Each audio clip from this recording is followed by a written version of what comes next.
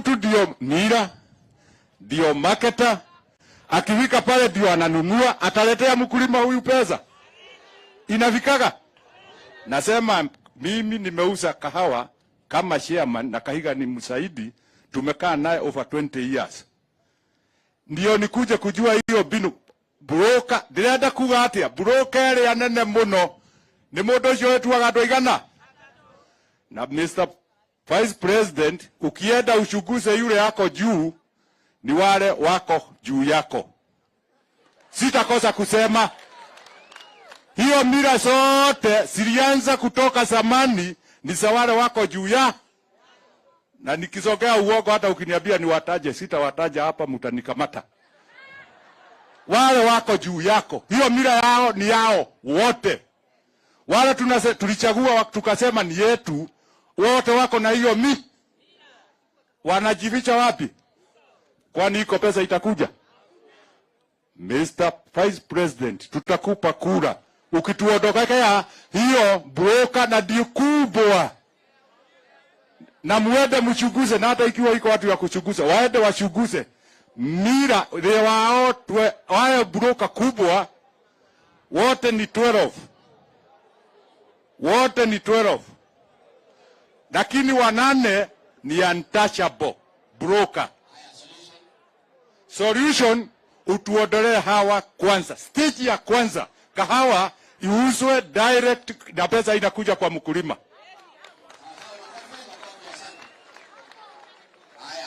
Ananiambia niwaambie na Kikuyu wako dakika moja tu itawaeleza. Umenikubalia?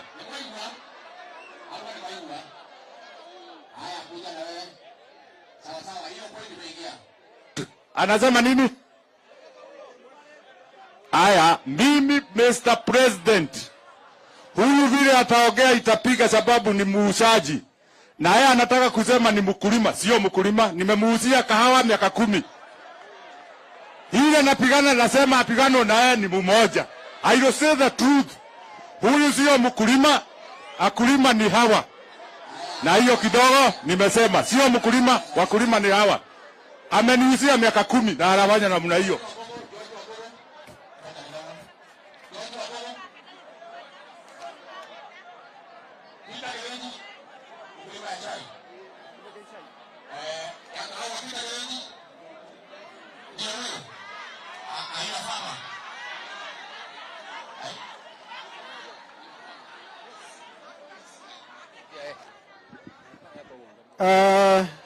Mgeni wetu wa heshima, naibu wa rais, our favorite president, governor, waheshimiwa wenzangu, waheshimiwa, hamjamboni. Vile huyu amesema mimi si mkulima. Ni wangapi wanajua mimi ni mkulima? Mikono juu. I'm one of the biggest farmers in Madera. Yes. Madera, Gandu, Katomboya, na mimi nauza kahawa. Na shida ile tuko nayo hapa, tunakuja kuongea maneno ya kahawa. Mimi nikiwa one of the marketers, kuna shida mingi sana tumepata. Na moja ni kwamba sheria zinatengenezwa ambazo hazifai. Shida ingine nayo tuko nayo, hatuna minimum guaranteed price ya kahawa. Tunalipa na tujui tunalipa pesa ngapi. Maneno ingine tuko nayo ni inputs, fertilizer. Leo fertilizer iko bei juu sana. It's unaffordable. Tunanunua bei juu ya fertilizer, bei iko juu sana na hatujui tutapata pesa ngapi. Tunataka serikali ambayo itatuambia rudini kwa shamba, maana sisi ni matajiri. Tukirudi kwa shamba tutapata pesa ya kutosha. Tunataka finance which is affordable. Interest ziko juu sana. Ukienda kukopa pesa leo, kama mimi saa zingine unapata mkulima nasema anauza ng'ombe ndio aweze kuvuna kahawa, lakini kahawa ikilipwa hawezi hata kununua njau. Tungetaka ukiwa rais tupatie minimum guaranteed price 2010, and I want to thank you. You are voted as the best minister for agriculture. That time we reduced the cost of fertilizer. The time we reduced the cost of fertilizer, Nyeri ilipata 49 million kilos. Today we are at less than 20 million kilos. Ukitusaidia na fertilizer, hatutahitaji kutasaidiwa, tutarudi kwa mashamba na tutainua uchumi wa Kenya na bottom up. Asante sana.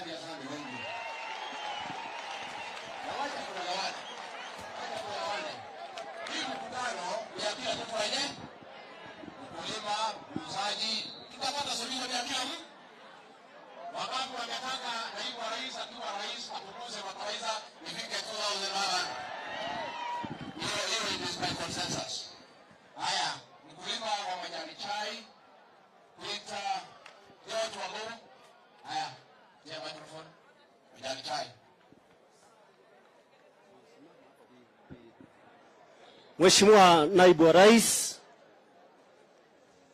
Gavana wetu Bwana Kahiga, Mama Taifa na Brigade na wakulima wote, Mungu ni mwema na kila wakati. Kwanza mimi ningetaka kupeleka pointi zetu kwa watu wa majani chai kama walivyoniambia, na tumekubaliana unanimously.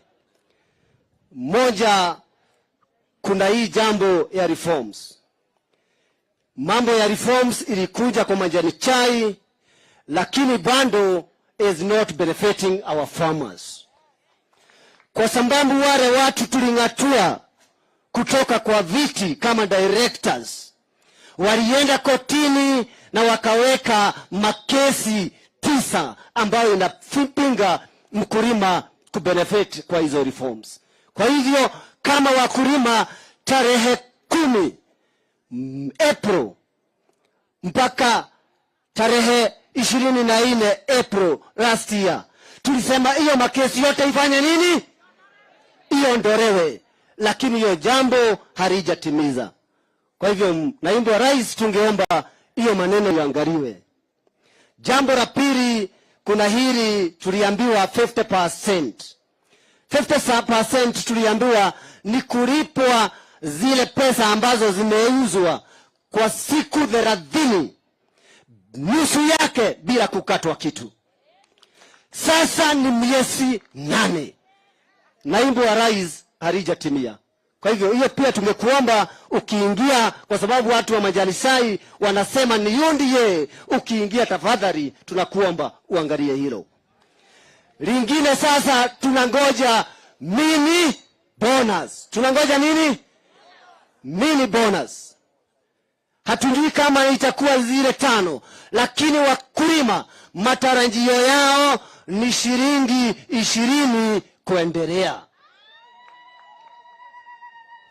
Na hakuna sekta nyingine isipokuwa hiyo ya majani chai.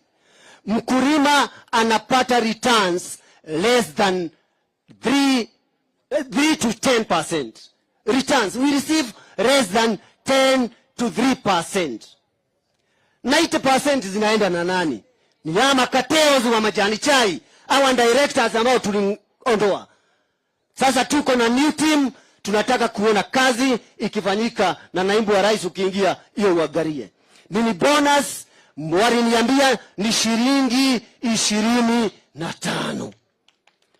Bonus ndio malipo ile mkulima anatarajia, na ndio ile ya mwisho anapata. Tafadhali ikifika shilingi 60 tunaweza kufurahi. Jambo lingine ni huyo mtu wa kahawa ametanja mambo ya financial institution where we are getting loans. We are getting the loans kwa 22 to 40%. Na ile inatukasirisha sana kama wakulima. Ni hii kitu iliwekwa hapa ya green feather. Pesa ya mkulima anakopeshwa kwa zaidi ya 21%. Hata sasa ile wamesema wametengeneza ni 8% pesa yako. Hiyo pesa ipunguzwe ikuwe mpaka 3%. Walikubaliana hiyo. Jambo lingine, wakulima wa majani chai, miaka nenda miaka rudi, hatujawahi pata subsidy fertilizers, subsidy input. Mwaka hii hata kama angalau tumepata kidogo, iangalio hiyo bei ya fertilizer tulipata at approximately 2500. yaweza kupungua so that the farmers they can afford ipungue to 1500%. 1500 Kenya money. Kwa hivyo hiyo ni jambo lingine. Iko jambo lingine wakulima waliniambia, hii mambo ya majani chai, they are carrying their fruits in one basket. Kwa sababu hapa hatuna maji ya irrigation. Lakini watu wanasema watu wa mlima maji iko huko. Mito inapitia hapo. Lakini we want to diversify agriculture so that our farmers can benefit. Kwa hivyo hiyo maji inatoka inaenda Nairobi, wakulima wa mlima wanaachwa bila maji, wanaachwa bila maji ya ukulima. Kwa hivyo hiyo jambo tafadhali tuangaliwe. Jambo lingine ni ili nimalize, nimebakisha point mbili tu, nimalize point mbili tu nimalize, ni hiyo maneno ya brokers. Maneno ya brokers, wakulima tumekuwa na shinda. Watu wetu wakienda kule kwa soko Mombasa wanauliza utaninunulia nini? Utanunulia nini? Wacha tuwe na reserve price. Na sio ile iliweko kidogo ate 270 yaweza kupanda, naibu wa rais ukiingia hapo ikue kama 450. Na jambo la mwisho, na hii nataka iende kwa wale experts. Tulisikia Dr. Ndia akisema ati pesa imeenda kwa simiti, imeenda kwa barabara. Hii ningetaka kumwambia hata sisi wakulima wa majani chai, mkituona hapa tumesoma. If there is a country aina mwelekea ni hapa. Lakini haswa wewe tunajua hii nchi utaipeleka mbele. Kwa sababu in this nation sisi wakulima wa majani chai, bado niko kwa majani chai. Turkey, Ireland, India, those are countries with the high capital of tea consumption. And Turkey, when they are importing, they pay tax 25%. We Kenyan, when we are exporting our tea, munataka kusikia hiyo? We pay at 145%. Na muangalie kwa Google, iko. We pay tax at 145%. Hiyo ni pesa ingekuja ingie kwa mfuko wa nani? Wa mkulima. Kwa hivyo serikali is losing over 120%. Over 120%. Na bado isipokuwa hiyo, sikieni hii ya mwisho sasa kabisa. Isipokuwa hiyo, there is also port restriction. Tunachanjiwa kwa bei ya juu, na lingine kuna port restriction. We cannot access that exports. But yao ni very easy. Kwa hivyo naibu wa rais, hiyo maneno tungeomba ukiingia tuangaliwe. UDA! Farmers power! Power! Thank you.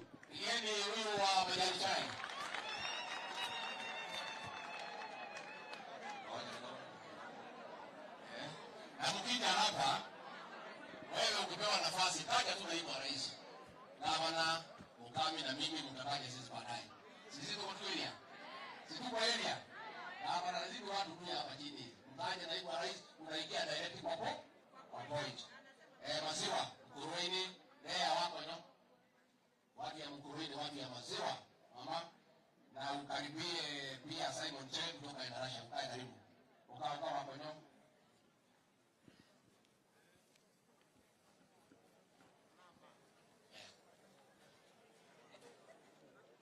Thank you. Naibu wa rais. Habari.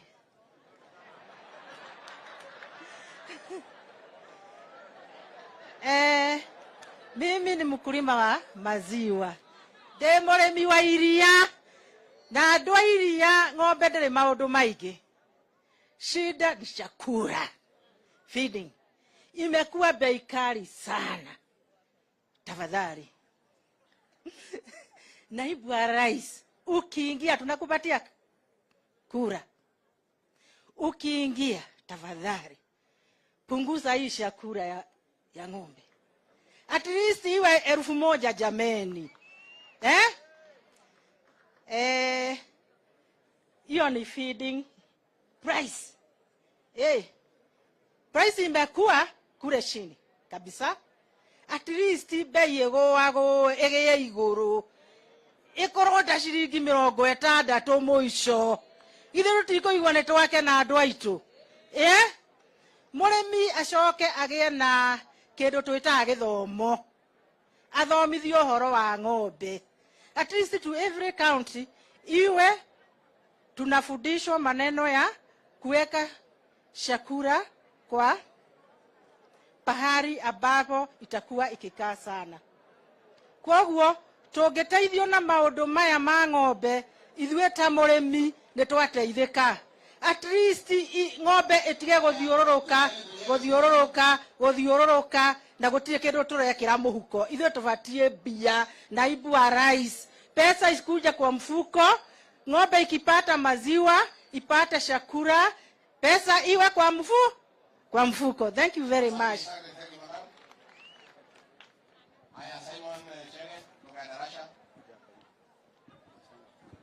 Our Deputy President 2022, hawa wakulima wa maziwa wameniambia wasaidiwe na the following. One,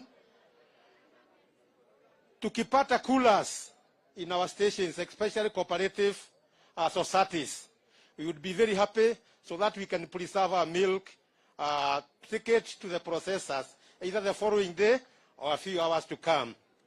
Wengi sana tumewezwa na dairy board, kwa sababu ni lazima tushemushe maziwa kabla hatujauza. In cooperatives and other areas, we would be happy if we are provided with pasteurizer machines.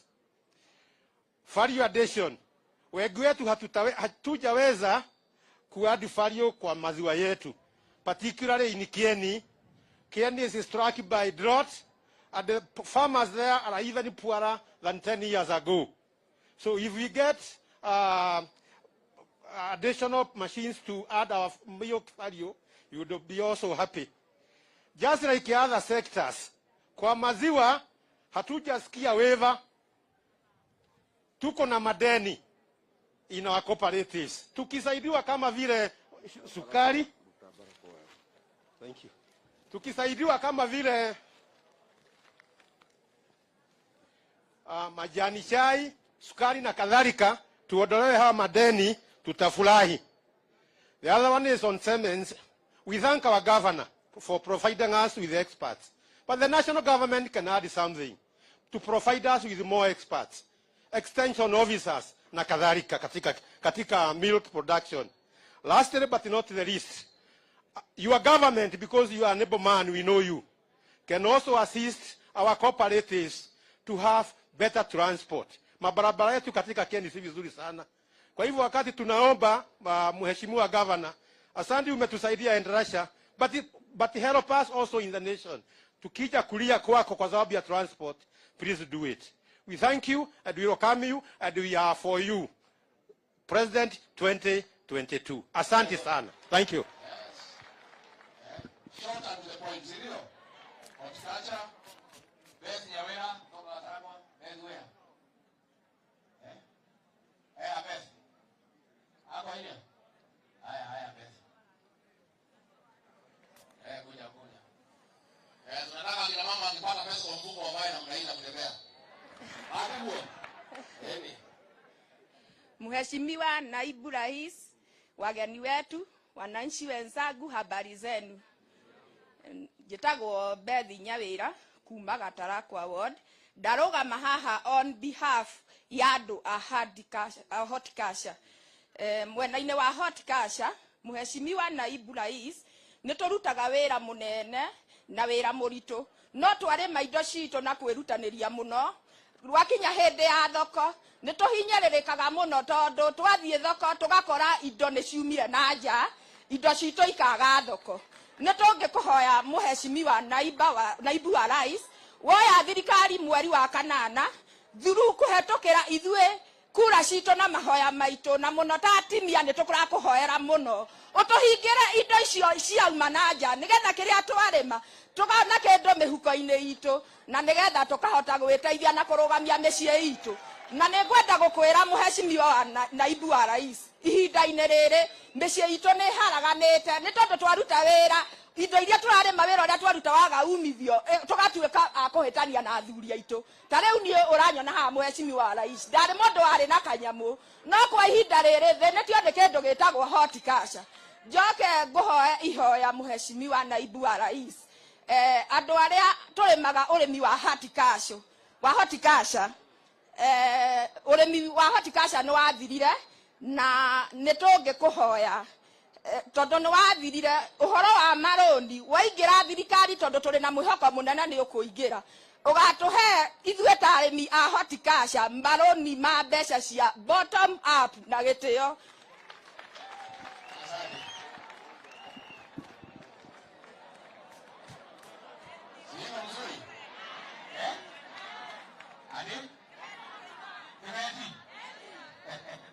Anasema wale Kiawara wanalima vitunguu inakuja kutoka Tanzania.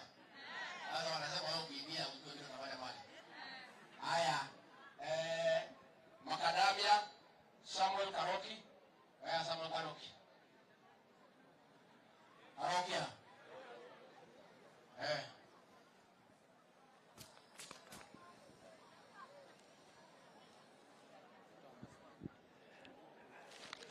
Thank you, Your Excellency, Deputy President, Honorable William Samoei Ruto. We are glad to see you close to us. Mara nyingi tunakuonea ukiwa mbali, kwa ndege, kwa simu, lakini sasa tunakuona hapa na tunakuambia maneno yetu hapa. Nina maneno 6 kuhusu makadamia. Ya kwanza, makadamia ni mmea ambao hutupatia income, mapato, na unaajiri watu wetu. Na kukiwa na proper seedlings, mmea wa makadamia tunaweza kuinua sana. So I want to let you know makadamia inasaidia nini na inafanya nini. Income, employment, na inatusaidia sana. Kitu ya pili, we expect to have one body managing makadamia hapa kaunti ya Nyeri. Kwa sababu makadamia hatuna, hata vikundi ya watu ya makadamia hatujapata. Juzi tuliitwa huko ofisi ya agriculture huko Karatina, mimi ni kutoka Madhira, na ni organization hii ya AFA, Agricultural Food Authority. Na wakatuambia wamekuja Nyeri na wameanza Madhira. Tukaitwa na watu ya agriculture Karatina. Kwa sababu wanachidwa, ukienda Ebu kuna factory 3 ya makadamia, ukienda Murang'a ni 4. Nyeri kuna factory 1 tu na ambao inafugwa kwa kukosa makadamia. Sasa walikuwa na chidwa, Nyeri hatulimi makadamia. Iyo county government in conjunction with the agriculture, wewe ukiingia, tunataka uorganize for us Nyeri people to have an industry for macadamia, kwa sababu bila value added na diposa AFA, Agricultural Food Authority, wakatuambia cashew nut huko Mombasa kilo moja ilikuwa inatoka 250, na wamepata machini huko kilo moja sasa wanauza 1000, na macadamia nut ikiwa valued iwe turned to oil, ile tunauza 150 per kilo itakuwa 700 to 800 1 kilo. So that cannot happen unless we have a county organized system kununua machini na kupata hiyo, ili tukue na society ya watu ya makadamia. Kitu ya tatu ni vitu 6 niliambiwa. Tukuwe na minimum guaranteed price, at least 150 shillings per kilo. Kwa sababu sasa mwaka hii inaanza na 40, mwaka hii ingine inaanza na 60, na ukienda kuuliza huko mbele unakuta kuna watu wanauza 80. So we expect now that the county government is in charge of agriculture, na Nyeri, if we are paid 150, we shall produce adequate quantity. Ya ine, tunauliza extension officers wa county, wa agriculture, wawe involved na wakulima wa makadamia. Kwa sababu kuna mimea, kuna variety ambao inasaidia sana hapa. Kama Murang'a 20 na zingine hebu. Kunazo za area. And currently, mtu ukiwa na miaka 10, una produce 70 to 100 kilos per plant. Lakini kukiwa na husbandry mzuri, mti moja inaweza kuproduce between 150 to 300 kilos per plant of 10 years. That can only be possible if agricultural department can be vigorous in assisting the husbandry ya macadamia by giving manure, fertilizer, and guidance to the farmers. So macadamia can be an employer and a big one. The fifth one is value-added price. Added price. Kama hiyo tuliambiwa na watu ya hapa. Kukuwe na organization, na cooperative ya kusaidia wakulima iwe inaenda. Na ya mwisho ni funds financing the farmers. Kwa sababu wakulima, this is a seasonal crop. Na wanapata between 4-5 months. Hiyo miezi ingine na wanasomesha, wanakula. They don't have people like tea or coffee where they go to get funding. Sasa mkulima wa makadamia akiona mbegu inachikana kidogo anaambia watu wapige before it is ready for pruning. So the farmers ya makadamia they want your government to be able to finance advances, allowing the farmer to wait for the actual crop. God bless you. Thank you. Thank you. Thank you.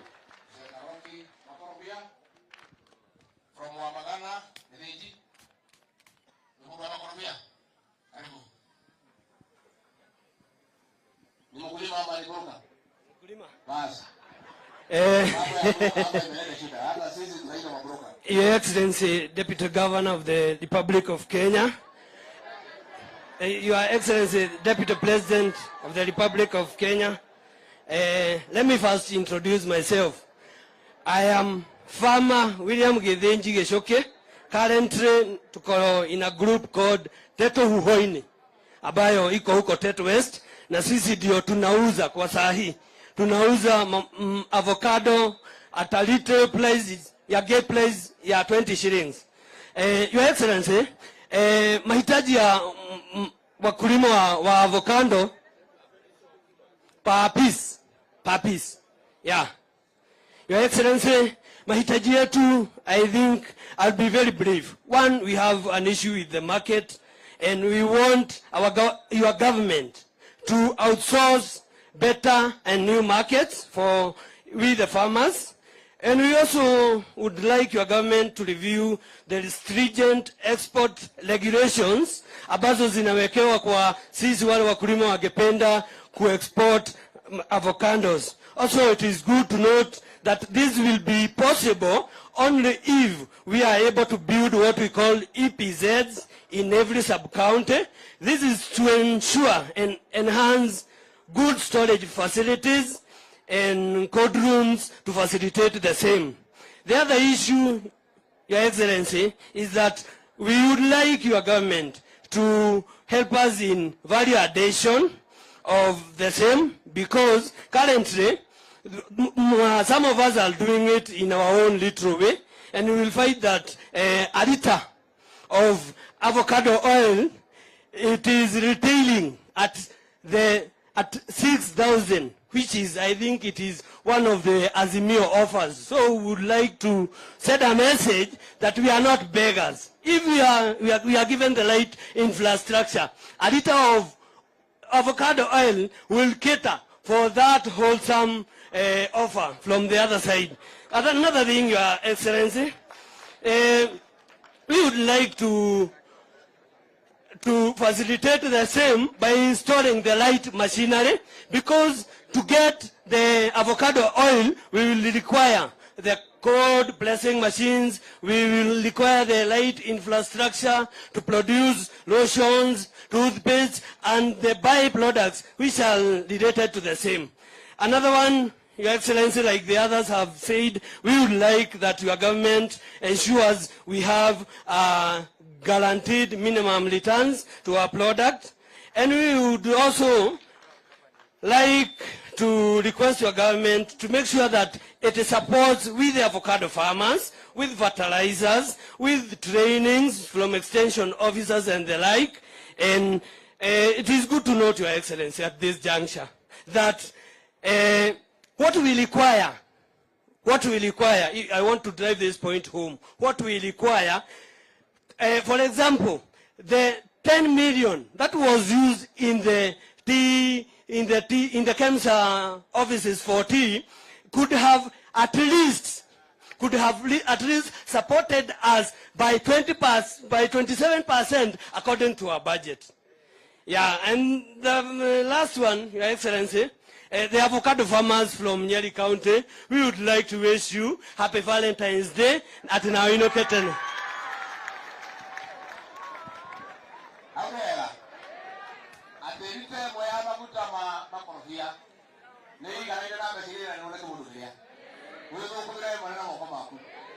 Tumemaliza ukulima. Iko mzee mmoja alisema kuna jambo imefunguliwa ya kahawa. One issue. Where is that mzee? Oka. Ngoja. Wewe mageni. Haya, rogama.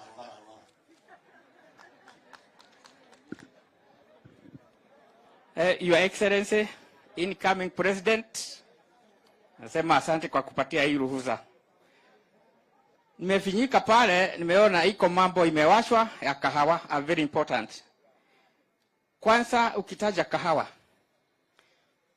kwa our mind we have different views, but in me, what comes in my mind is an opportunity to eradicate poverty and create wealth. Para tumefinyika kwa kahawa ni mambo ya marketing. Kwa sababu the chain ya marketing is so wrong. Unaanza na mkulima, napeleka factory, anaenda kwa mira, kwa marketer, kwa dealer, kabla ifikie roaster. Na hapa tuko na a lot of market na roasters wengi wanataka kukuja Kenya wanunue kahawa. Lakini sheria zetu za kahawa ni zile tu za mkoroni. Na hiyo ndio imetufanya wakulima wa kahawa wasipate pesa. Mimi najua hiyo sheria ikitengenezwa, Your Excellency, tutapata 200 na zaidi. Mimi kwangu nimejaribu direct market, lakini hiyo sheria ilinipiga na tulipata pesa. Tuko na bei mzuri in China, in US, Korea, lakini iko kitu moja which David call common sense. USA today, they are importing their Kenya coffee from Germany, from Switzerland. Can't we export our coffee direct to USA? Hiyo, Your Excellency, najua utaangalia.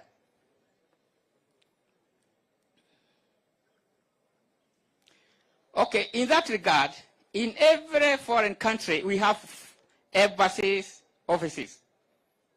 I think that those offices are not utilized to market our agricultural products. Why? It is my prayer your government shall utilize those offices to market our agricultural products. 3 years back, a very big auction was opened in Dubai. But today, due to these colonial laws, the governing coffee. I cannot take my coffee to Dubai to that auction. And I'm told the least price last season in that auction was $750. Mkulima akienda huko atapata pesa.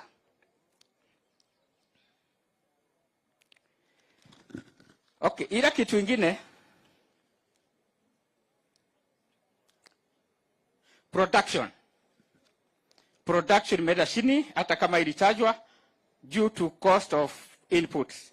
What I can ask your government is to relate the tax on all the inputs used in coffee. Local consumption, it is funny. Today I'm the farmer, but I cannot sell my coffee to a coffee dealer here in Nyeri unless that dealer goes to the auction. And that's why, badala ya kukunywa Arabica coffee here in Nyeri, tunakunywa ile inside coffee, which is a Robusta coffee. Are we not killing our coffee market? So, I would like all those colonial law, nikitaka mimi nikiwa factory, washa yule mdira anataka kuweka mkahawa yake hapa Nyeri, nimuuzie kahawa direct. Ukimwambia aende Nairobi auction, hataenda, ataendea ile rahisi ya Robusta coffee. Last but not least, kusaidia yu mkulima wa kahawa. Wako na madeni mingi. Serikali ya Kibaki ilitupatia waiver as a motivation factor, tuanze kulima kahawa, na tutalima kahawa turudi pale pa 1980. Can you give us a waiver? With those marks, kasema asante.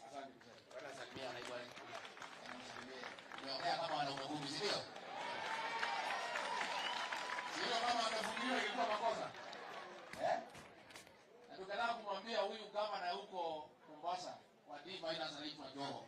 Akuja wana wasee wamesoma hapa Nyeri. Anaacha mchezo. Akuja hapa wana watu wako wamesoma. Hivi dala amelia sana. Watu wale wa mwisho walirudiwa. Ulima wake. Me, I come from Kieni, Gakawa. And sisi wote tuko hapa naibu wa rais. Mimi nimefanya kuingilia mkutano yako, sikuwa nimealikwa. Likuwa nimealikwa lakini sikuwa nimesema nitaongea. Kuna kitu ulituahidi na mimi nakumbuka. Na ulituahidi sana. Ukatuambia sisi watu wa Kieni tutapata damu. Na mimi najua ukweli ulisema. Na ndio najua iko. Ni vyenye ulivurugwa tu ukatoka kabla hujatupea. Sasa ile kitu iko, unaona watu wote wanakula mboga kutoka kwetu. Wao wamejipenda sana, wamesema kahawa, wakasema chai, lakini hakuna mtu alisema watu wa Kieni wanalima viazi, wanalima mboga, na sisi tunafidi nyinyi. Sasa ile sisi shida tuko nayo tu ni moja tu, na ukikuja hapa mimi nitakupea pesa next time, ukinipea damu.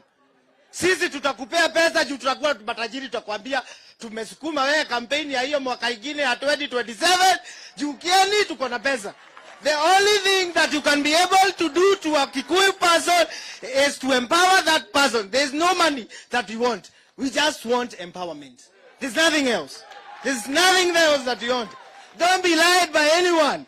Not anyone come to the top of the car. The one they say that we will come on top of Range Rovers and we'll do you this, we'll do you this. That is nonsense. The only thing that you can be able to do to us is to empower a Kikuyu person, either a woman, a young man, a man. The only thing that we Kikuyu are proud of, netuwe kuirutira wira. Tunajua kujifanyia kazi. And Kimani Ichung'wah can say that. Nano kamelelewa hapa Nyahururu anajua hivyo. Anajua kuongea Kikuyu. Anajua yeye amekuwa akilima viazi na waru pale na mahindi pale Nyahururu. He knows that only thing that we Kikuyu, you are the next president, by the way. The only thing that you can do to us, and remember that today, no money that you can give us, and it is enough.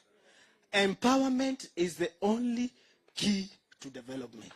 And thank you for giving this opportunity. I'm very humble, very, very humble for the opportunity that I've been given to address a meeting that I was not supposed to address.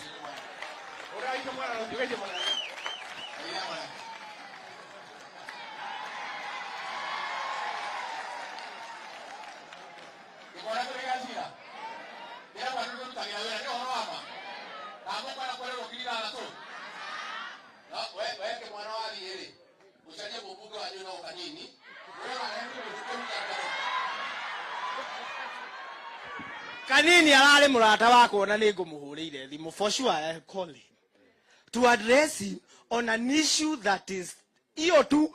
Nilikuwa namuuliza bwana Kanini, hata maji ya hujatuletea tu, na wewe tunaona unazunguka Homa Bay, sijui unaenda wapi, sijui unaenda wapi, wewe unasema hii, leo unasema wapi? Mbona hujakuja Kieni ukatuaddress? Mbona wewe hujakuja? Sisi tuko na Joroge wa Inaina hapa kila siku, tuko na jamaa kwa hapa Alex kila siku wana address issues zetu. Come to Kieni and tell us, don't go to Homa Bay. Just come and address our problems here before you go to Homa Bay. Come address first. And you know my number, Mr. Kanini. Call me and tell me what you have done. Don't tell Homa Bay people.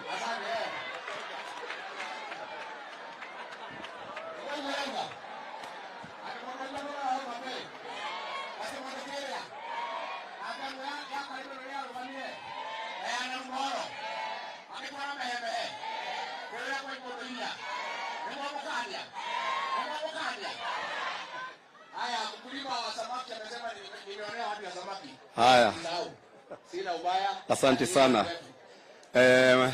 Mheshimiwa Deputy President. Watu wa Nyeri yangu ni machache sana. In Nyeri 10 years ago, President Emeritus Mwai Kibaki aka-introduce ukulima wa samaki kaunti yetu ya Nyeri na Kenya mzima. Hii watu wa huko Kisumu wanajifanyia kufuga samaki kwa sababu ya Lake Victoria. Lakini sisi watu wa Nyeri tumepatiwa mambo ya samaki, tukaweka dams, tuko na samaki ya trapia, tuko na samaki ya trout, ile inatoka watu wale wanafuga kutoka maji ya Mlima Kenya, na watu wale wanafuga samaki kwa dams hapa chini. Mambo ya samaki ile tungetaka kusema ni moja tu, mambo ya marketing. Samaki tumeanza kukuza hapa Nyeri, lakini kwa kuuza hatuna. Na ile kiwanda ama factory ya samaki iliwekwa wa Magana imeenda chini, na tungetaka put back for our processing of our fish. Ya pili ni kusema mambo ya Ministry ya Agriculture. Department ya Livestock and Fishery ya samaki imesahauliwa kabisa, na tungetaka hiyo experts wa kulisha samaki waletwe kwa county ili wafundishe wananchi mambo ya kulisha samaki. Ya tatu, tumekuwa na shida ya hatcheries. The fingerlings we are getting are substandard, are below what is expected of us. Tunataka hiyo tutengenezewa hatchery kama bili pade ya Mlima Kenya na hapa Nyeri, ili the fingerlings we are getting to rear fish are of good quality. Ya tatu, tungetaka kiwanda ingine ya samaki iongezwe. Hatutaki kuwa samaki ile tu tunatumia hapa ni ya kula kwetu. Yetu tungetaka iwe tuna export na iwe na value addition. Ya mwisho, kama ule alisema, pesa mkononi ndio ingesaidia wakulima wa samaki wakipata pesa, so we need much more finances in order to rear the fish. Asante.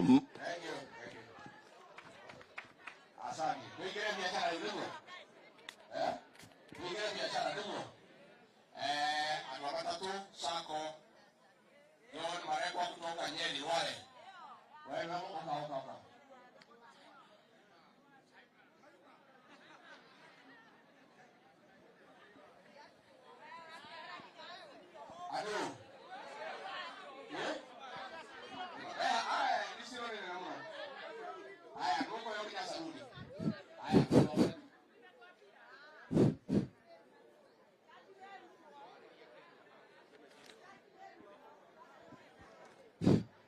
Habari zenu, our president, karibu Nyeri. Habari zenu. Majina mimi naitwa Oditaima, vile mmesikia. Lakini Oditaima ni jina nimepewa na watu ya Nyeri Town. Nyeri Town nimekaa miaka 30. So, mimi ni mmoja ya matatu. I belong to 2NK, lakini nimechaguliwa kama chairman wa matatu owners katika Nyeri County. So nikiongea hapa siongei kuhusu matatu ya Nyeri, naongea kuhusu matatu za Nyeri County. Nataongea kuhusu ile shinda tuko naye, problems ile tuko naye. Our president, ile shinda tuko naye.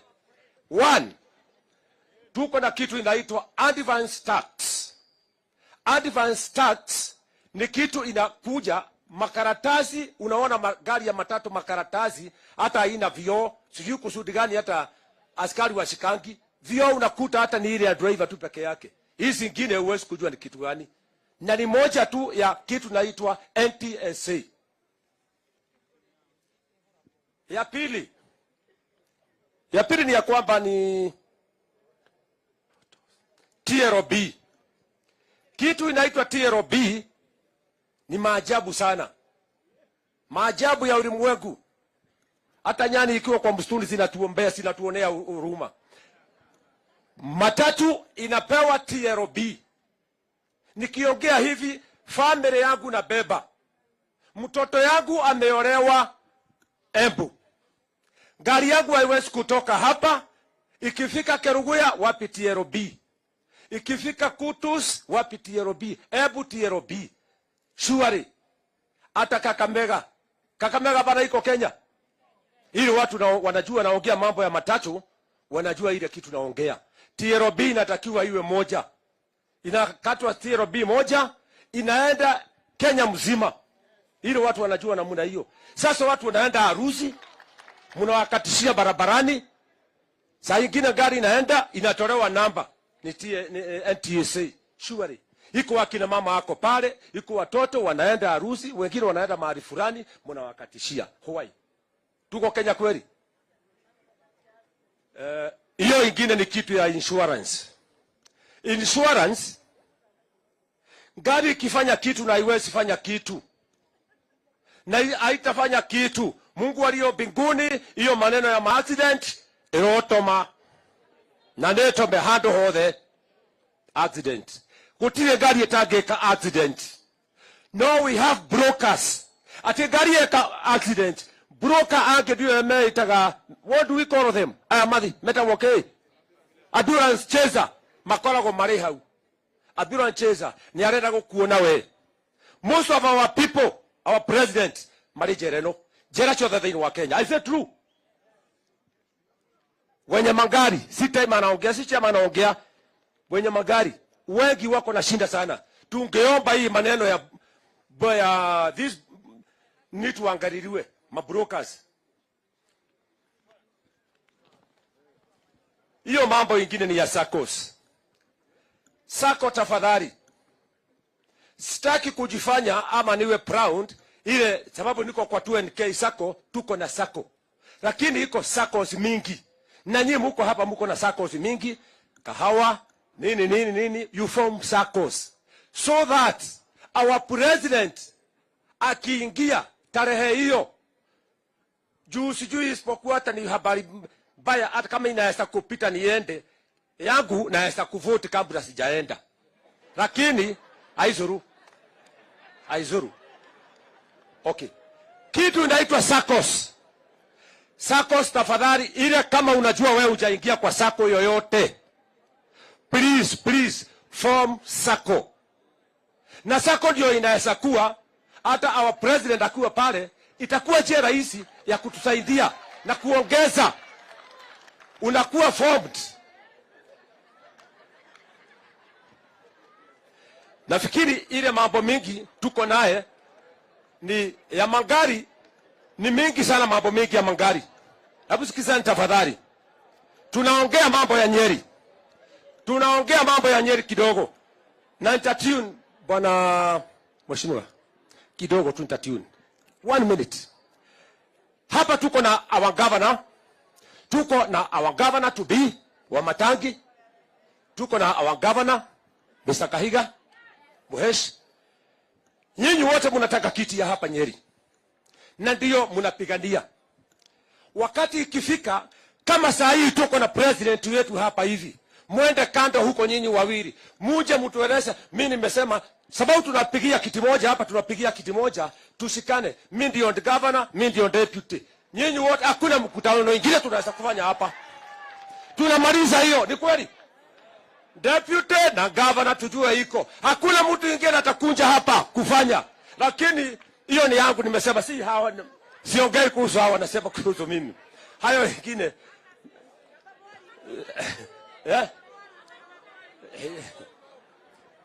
hayo wengine mheshimiwa, mimi ni yangu binafsi. Mimi sijasikia kama niko ndani ya UDA. Nataka kusikia niko ndani ya UDA. Niko na gari yangu kidogo, nataka ipakwe rangi kama nipaki ama iwekwe iwe branded, so that mahali naenda kueleza watu yangu ya sako mahali niko mangari, watakuwa naona hii mtu ako ndani ya UDA.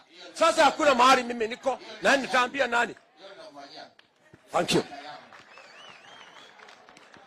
Sasa pigeni mzee makofi. Na mzee hakuna mahali unaenda. Wewe utapigia William kura Ruto, utapigia William Ruto kura, na miaka 5 utakula matunda ya uongozi yake. Hakuna mahali unaenda. Mtu haizi kubali. Utulie. Matatu mwingine anaitwa Mudura 2K. Briefly. Tumepatia nyinyi wawili kwa sababu ile sehemu ni kubwa. Na usipiti ile amesema. Amesema speed kama unaniaka sijasikia amesema isema. Our Deputy President, our report was in form 2NK Sako had written a report, but I don't want no. Sijui kama nitasoma, but I don't want to read. But at the same time, I don't want to contradict. Yes, there is the issue. I can add one thing. There is the issue of insurance. There is a limit of Kenya shilling 3 million. The members of parliament had set. And when in case of any accident, we being the owners of the vehicle, we are, after the case is taken to the court and maybe a certain victim is awarded, sisi watu wa matatu ni sisi tunaachiwa machida. So we are requesting this law should be reviewed. The other thing, there was at one time some insurances had collapsed, and we are requesting more providers of insurance should be encouraged. The other one is about enhancement of operating environment. There is the issue of levies and taxes. Ukienda kwa mafuta, tunaona there is a lot of tax. So we are requesting how this tax can be reduced. There is also the inclusion to the boards, to the related boards. There is the issue of decision making, like in TSA, county transport boards. There is also the issue of decongestion of the town. We are requesting all the stakeholders should be involved. There is the issue of speed governors. In fact, after every 12 months, we are being told the serikali in a demand, we change a governor. And you see the cost of a governor, mara mingi inakuja around 20 to 30K. How do we, why are we wasting a lot of money? And the last but not least, there is this one is internal to the county government. There is Maboya bylaws. Like here in Nyeri, we are having a bylaw 1500 at Karatina, Nyeri 1500, ukienda Udhaya kunayo, ukienda Chaka kunayo, ukienda Narumoru kunayo. Our governor, why don't we centralize? We reduce these bylaws. There is also, we are requesting, I don't know whether we can get to be the county government. How can we be getting the circles? How can we be getting subsidies? Either from the national government or from the county government. There is the last. The last one is the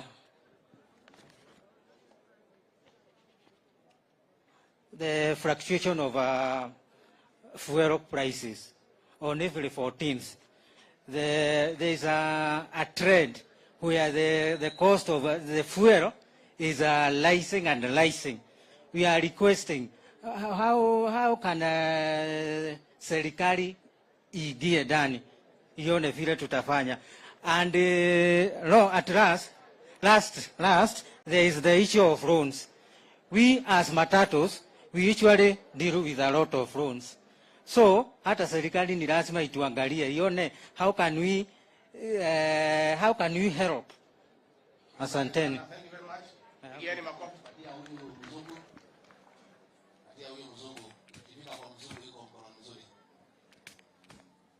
Haya, Saluni wakeshi wao wakemeji huku wale wakeshi ni bora ya upinya ebi yakilo muko haya wakeshi. Naibu wa Rais, gavana wetu na wageni waliotutembelea, karibuni Nyeri. Naitwa Teresia Wageshi ama Wakimenjo. Kwetu ni hapa Nyeri na nitaongelelea kuhusu salon pamoja na vinyozi. Ya kwanza nitaanza na license. License zinakuanga juu sana na si mambo na governor, hiyo ni mambo kutoka na juu. Juu ni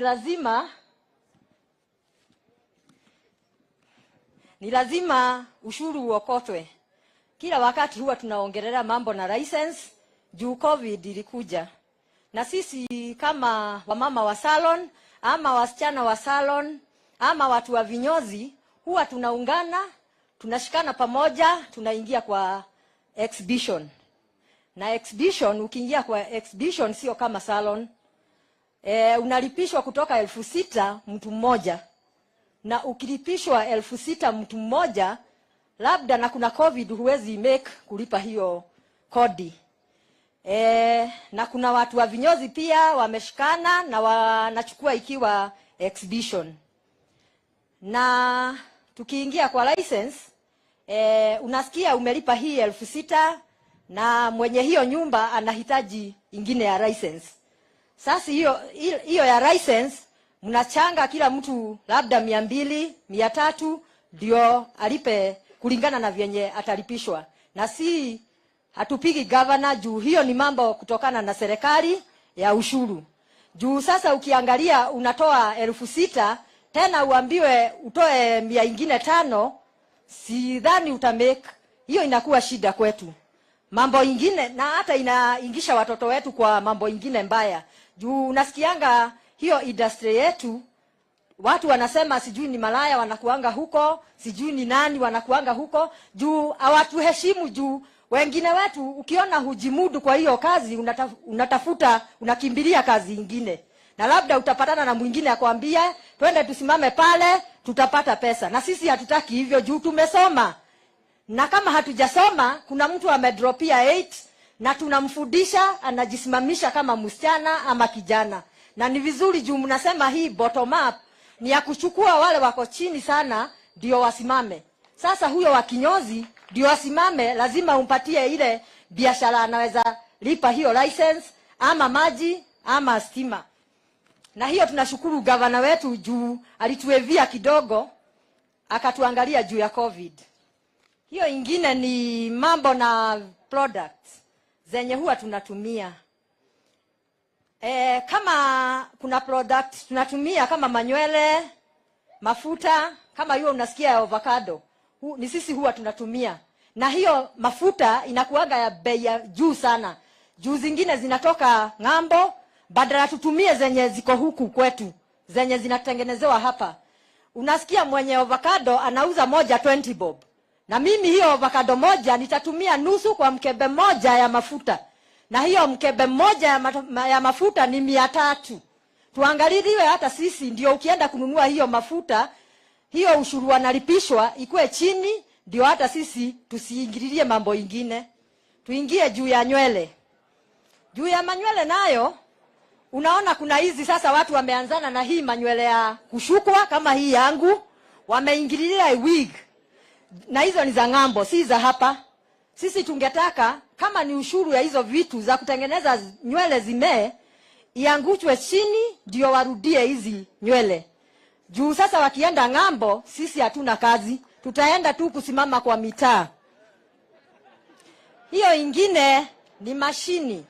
Kama wewe Deputy President, tungekuambia utembee kwetu Nyeri Town, uonyeshwe na our governor mahali ananyolewa, na wewe unyolewe ndevu, usikie venye anasikianga. Na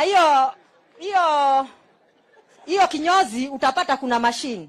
Na hizo machine si mingi zinatoka huku, zingine zinatoka nje. Na ni kwa nini? Juu sasa hawa vijana wadogo wenye wana drop shule, tunaambiwa na serikali kuna mashule itafunguliwa. Ndio zimefunguliwa, lakini hazina vifaa. Kwa hivyo akienda kuchukua hizo machini huko nje, ikifika huku itakuwa bei ya juu. Na sasa sisi hatutaweza kujinunulia juu itakuwa bei ya juu. Na hiyo mashini huwa inaharibika kila wakati. Kuna kitu kama blow dry, ukienda nayo miezi 3 imeharibika. Tungetaka sasa hizo shule ziko huku zipewe vifaa, ndio na sisi tununue hizo vifaa kwa bei yenye tunaweza jinunulia. Sio kupewa kila siku. Na hatungetaka serikali yako ukiingia ati unatupea. Hapana, tunataka hata sisi tufanye kazi na mikono yetu ndio tuinuke pamoja. Hiyo ingine ni house rent. House rent za huku Nyeri ziko na shida, na sijui kama ni hapa Nyeri tu. Hii serikali yako lazima ikiingia iingililie mambo na majumba. Juma nyumba ndio kila kitu. Kama mimi Wangeshi nikiambiwa, Wangeshi enda uchukue kanyumba pale uweke salon, siwezi pata. Kwa nini? Juu mwenye hiyo nyumba amepatia agent, huyu agent naye anapatia mtu mwingine, wanachukua goodwill. Sasa ukiniambia nilete 800k nitatoa wapi? Siwezi pata. Na bwana gavana hawezi ingililia juu hiyo sio kazi yake. Hiyo ni kazi ya serikali kuu, kuangalia watu wako chini sana. Na kama mnatutoa chini, mtutoe tupande pamoja. Hiyo ingine ni mambo na garbage collection. Sisi ni watu wa usafi. Juu sasa ukiingia kwa salon, huwezi ingia kwa kinyozi yenye inanuka, iko na uchafu ama iko na vitu zimeanguka. Lazima ukue na mahali pa kupeleka hiyo garbage. Na garbage sio mbaya, lakini Deputy President, ukiingia kwa serikali yako, tutafutie kiwanda moja ulete hapa kwa Nyeri ya kurecycle garbage. Na utaajiri watu wengi sana, watoto wanatoka shule ili wakue pamoja na sisi. Na pia sisi tukue wasafi. Asanteni.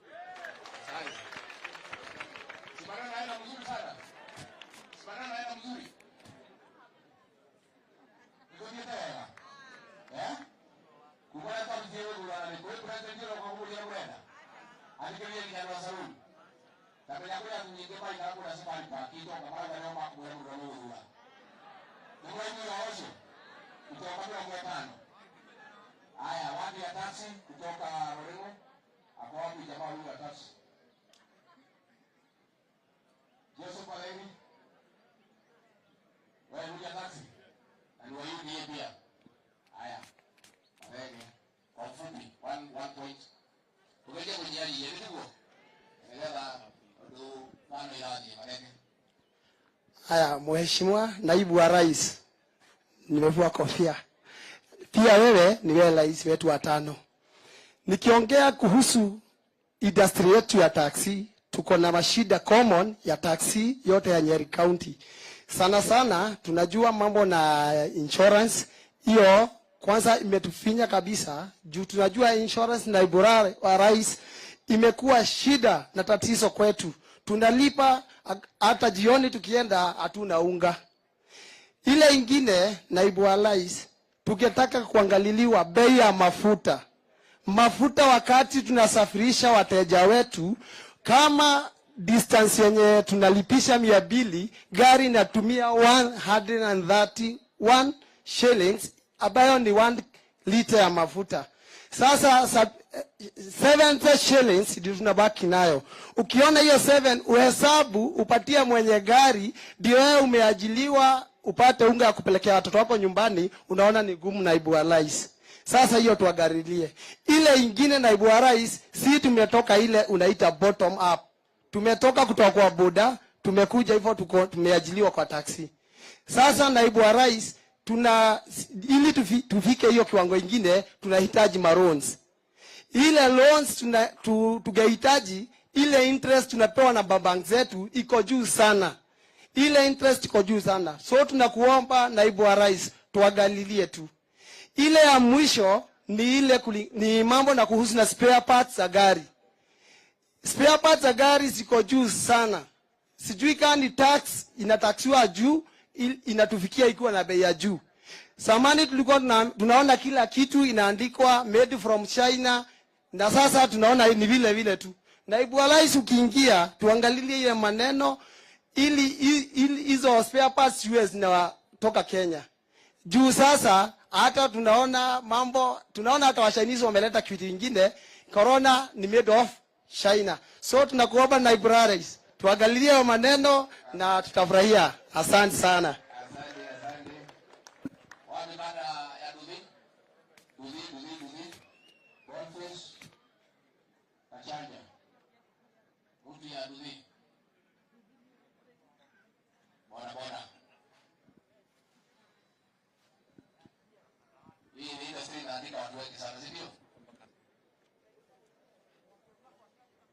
Naibu wa rais, biu ya Mugambo ikilia, jua kuna jambo, wanabodaboda wako ndani. Mimi ni jina ni Boniface Gachanja Wajera, mwegezaji wa bodaboda kaunti ya Nyeri. Ningetaka kueleza kwa kina mambo 7 ambao tumezungumzia wote. Tuko na pikipiki 29,485. Jambo la kwanza ni security. Tukisema kuhusu security, sekta ya pikipiki, kuna watu wale wameingia eneo la Nyeri wanatupatia loan ya pikipiki. Kuna wale wawili wanajulikana katika kaunti ya Nyeri.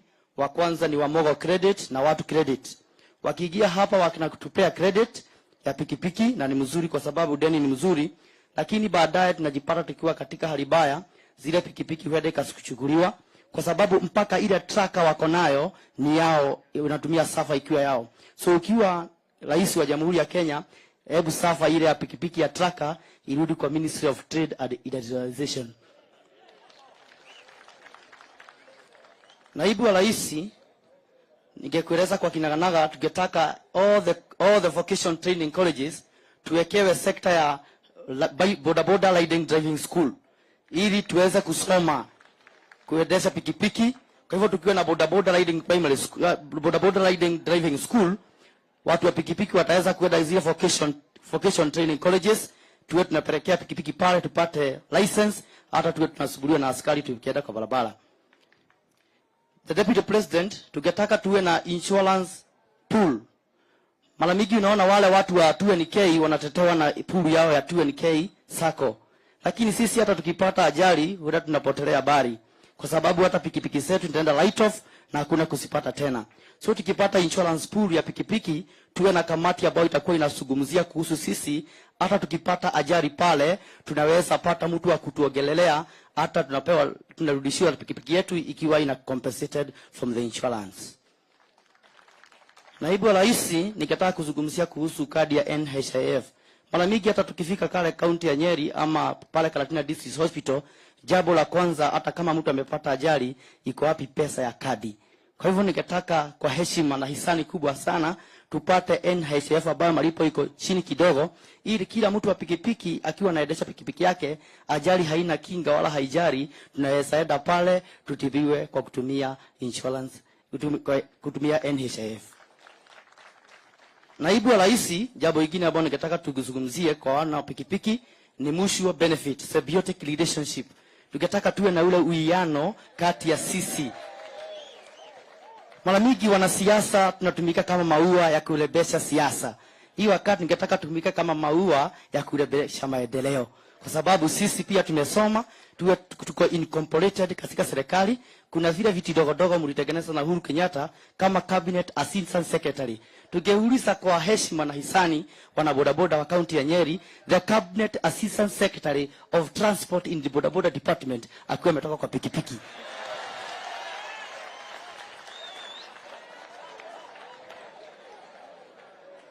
Naibu wa Rais, kwa hisani ya watu wa pikipiki katika kaunti ya Nyeri, ningetaka kukuelekeza kwa kinagaubaga, ningetaka tukue na ile county inatupea responsibility kidogo.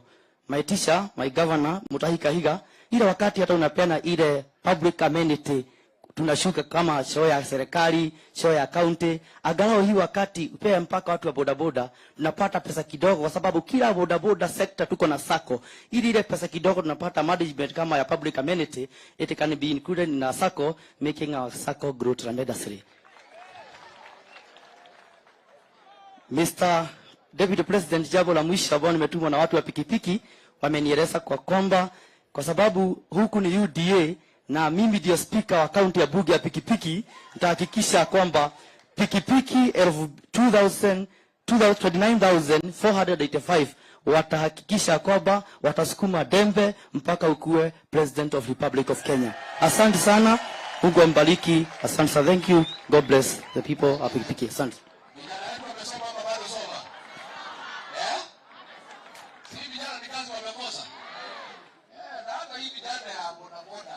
Unauliza hata polisi ukipata huko barabara bora wapatia heshima.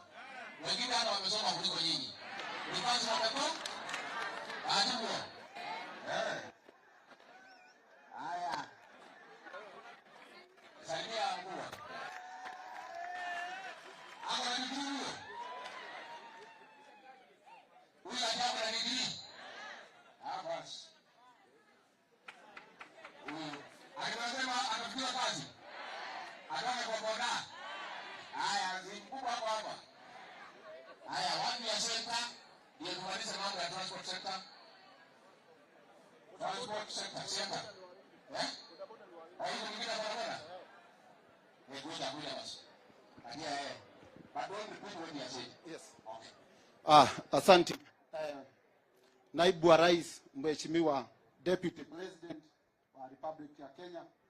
Kwa majina ni Stephen Monene, Chief Whip wa bodaboda. Ni mimi tu niko nje ya bunge tukiwa na Mheshimiwa Kangata, lakini yote ni sawa. Ile kitu tungetaka kuongeza kwa wanabodaboda, kama last year wanabodaboda wote Kenya mzima tulichangia bilioni 300 kwa chondo cha serikali. So hata sisi tungependa kama sisi ni revenue tunachangia kwa hizo pesa, hata sisi tuone hizo pesa bado zinarudi kwetu. Sababu Your Excellency, sisi kama wanabodaboda tumebaki nyuma sana, upande wa serikali kuu na upande wa serikali ya county. Sina mengi ya kusema sababu umeelewa na rafiki yangu amesema. Hiyo kitu kingine tungetaka sisi kama wabodaboda kumchukuru Rigathi Gachagua, na tulimpea jina kama Rigathi wa Aduthi, sababu Mheshimiwa Rigathi Gachagua ni MP Kenya mzima mwenye ako na kazi gumu sana. Ati ni MP Mathira, ni MP Nyeri na ni MP Kieni. Ndio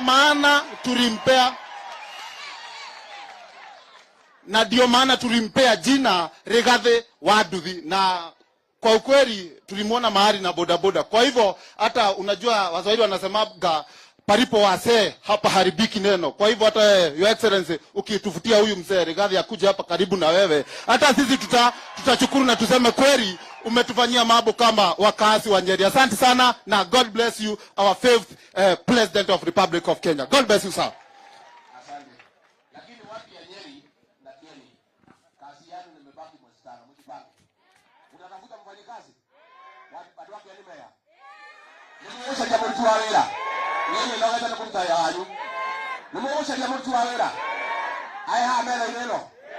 Ha. Yadu wa Nyeri County. Nimewasha mtu wa hela. Mtafute mfanyikazi yenu.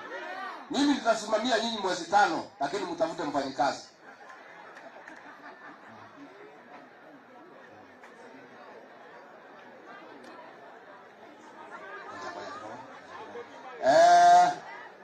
Watu ya Mtuba, David Maina kutoka Kieni Mugunda, Center kuja Center, atia Center.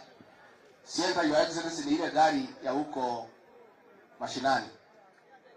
Deputy President, kwa majina naitwa Frederick Karangi.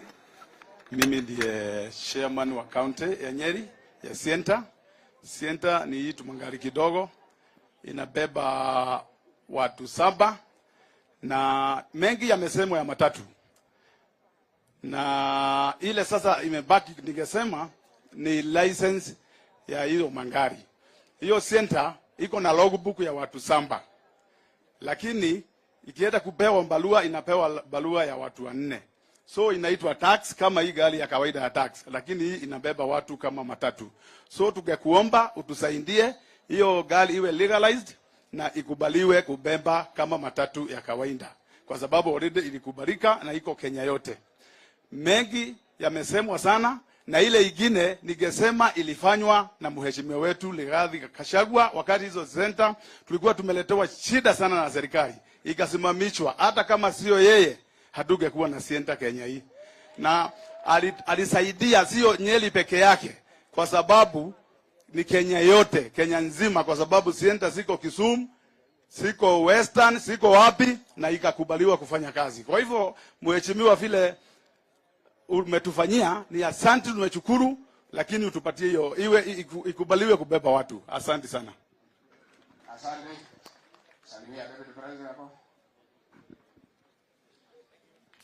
Watu ya Center your excellency walikuwa wamehangaishwa na ile mtu mwenye kiburi anaitwa Matiang'i. Tukamwambia haiwezekani. Ulimwambia wewe? Alikuwa ameumiza hiyo watu wetu. This is Mtuba. Haya, je, Mtuba. Naibu wa Rais, kwa majina naitwa David Maina, chairman wa soko ya Kiawala. Ile mashida nitaongea ni juu ya Mtuba. Kitu ya kwanza ni tax inapigwa Mtuba ikiingia Kenya. Ndio imefanya kazi yetu iwe gumu zaidi. Kitu ya pili ni kujengewa masoko. Sisi watu wa Mtuba tunashomeka sana na jua. Mvua ikinyesha hatufanyi kazi. Kitu ya tatu, tunaomba tutengenezewe sako. Watu wa Mtuba wote tushikane, ili tukitaka hata kukopa pesa iwe rahisi, tupate pesa na interest ya chini. Kitu ya nne ni hawa watu wa China wametuangamiza sana. Wao wanauza Mtuba, tunaleta Mtuba, wanauza na retail badala ya uze na wholesale. Sisi tunaomba ukiingia juu unaingia, hawa watu wauze na wholesale. Mimi najua watu wa Mtuba wote tumeshikana na tumeamua sisi tuko kwa serikali yako, na sisi hatupagwi. Mungu akubariki mheshimiwa. Haya, asante mtu wa Mtuba. Tuko na hii watu ya vinywaji ya wazee, ile wanakunywa ndio watafute usingizi. Na si makosa, ona wasikunywe mingi, si ndio? Vincent Jogona. Jogona.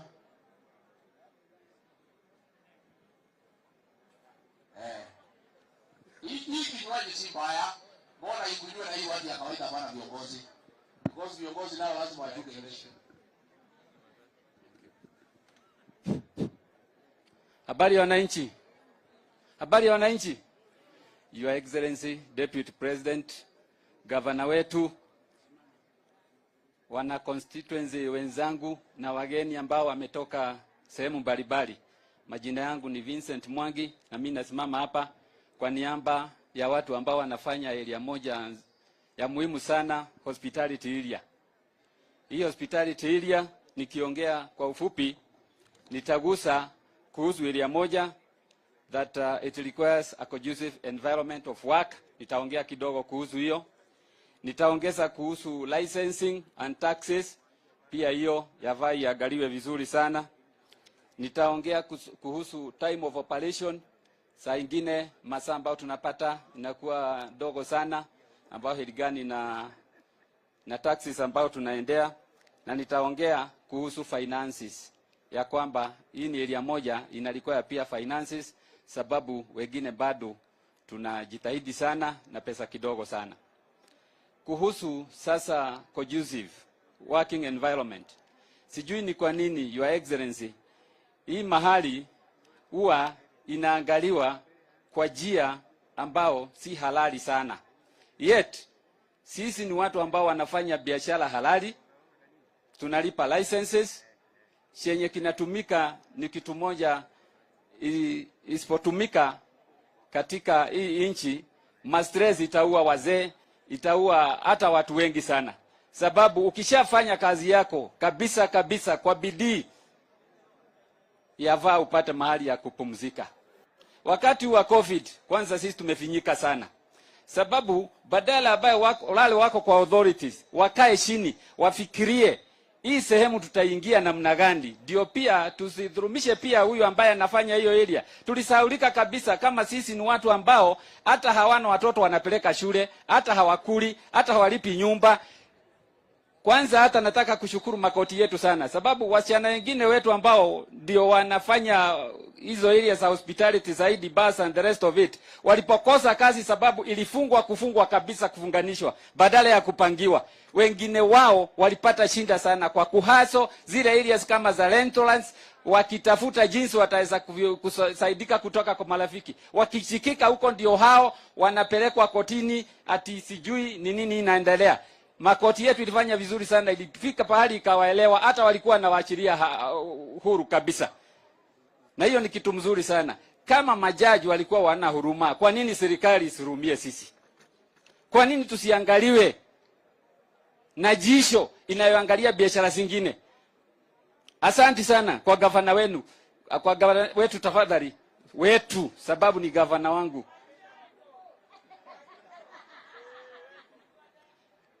Gavana wetu Mutahi Kahiga, sababu kitu moja alifanya nzuri sana, alituangalia kwa jisho ya huruma. Akasema tutalipa half license mwaka huu. Lakini wengine wetu kama tungeulizwa, tungesema hata tupewe full waiver. Isipokuwa tunaelewa pia unahitaji pesa ya kulani mahali, tungesema full waiver, because to be very sincere and we are telling you in open fact ya kwamba wengine wetu hakumfanya biashara hata kidogo. Hata kidogo. Ni kweli wana virambu? Ni kweli wana virambu? Na nyinyi ni watu wa IDM, mliniambia niseme hivyo. Ni kweli? Hatukufanya. Kwa hivyo hiyo ilikuwa inahitajika tuangaliwe kwa jisho la huruma vizuri sana.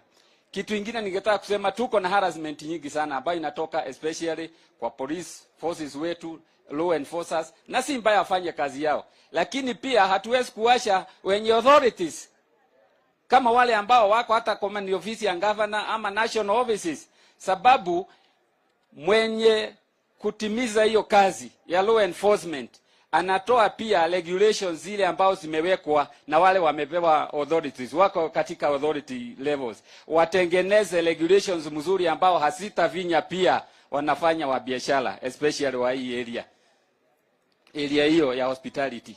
Hiyo ni kitu kingine. Licenses too are very high. Kila mwaka licenses sasa ya virabu, ya restaurants and the rest inaenda ikiongezwa sana. Hii yafaa iangaliwe sana, sababu ni lazima ulinganishe license, mapato, masaa ambao hii kazi inafanywa, because we work at the restricted hours of time, is not open. Iangaliwe ionekane kweli faida hawa watu inatoka wapi. Ikiwa kama hiyo wakati wa COVID kwenye tulipewa nafasi kidogo, labda ni saa moja ama masaa mawili, was that enough surely to pay for the licenses and the taxes that are there? Kitu ingine ambayo ilikuwa iendelee wakati wa aliyetuasha mpendwa wetu Ruto Gachagua, na Mungu aendelee kumpusisha mahali pema huko mbinguni. We have so many taxes in this industry. Come to bars and restaurants. Unaenda unapata iko licenses ingine, sijui ya music, iko ingine unaenda unapata hii ni ya trade license ya club, iko ingine unaenda ni ya health, iko ingine. There are so many licenses countless. Na katika those licenses, hiyo ndio sasa vipenya hao askari wanatumia sasa kuharass watu wetu. I wish this could be consolidated into one license, and this was to go ahead during the Trokachagua's time. I wish it can be one license. Iwe sasa ni ya county government, na kutoka county government wacha health wapate zao, wacha wengine wapate zao, wacha KLA wapate zao. Tuache sisi kusukumwa namna hiyo. Tunasukumwa vibaya sana. Na hiyo lazima tuangaliwe vizuri sana.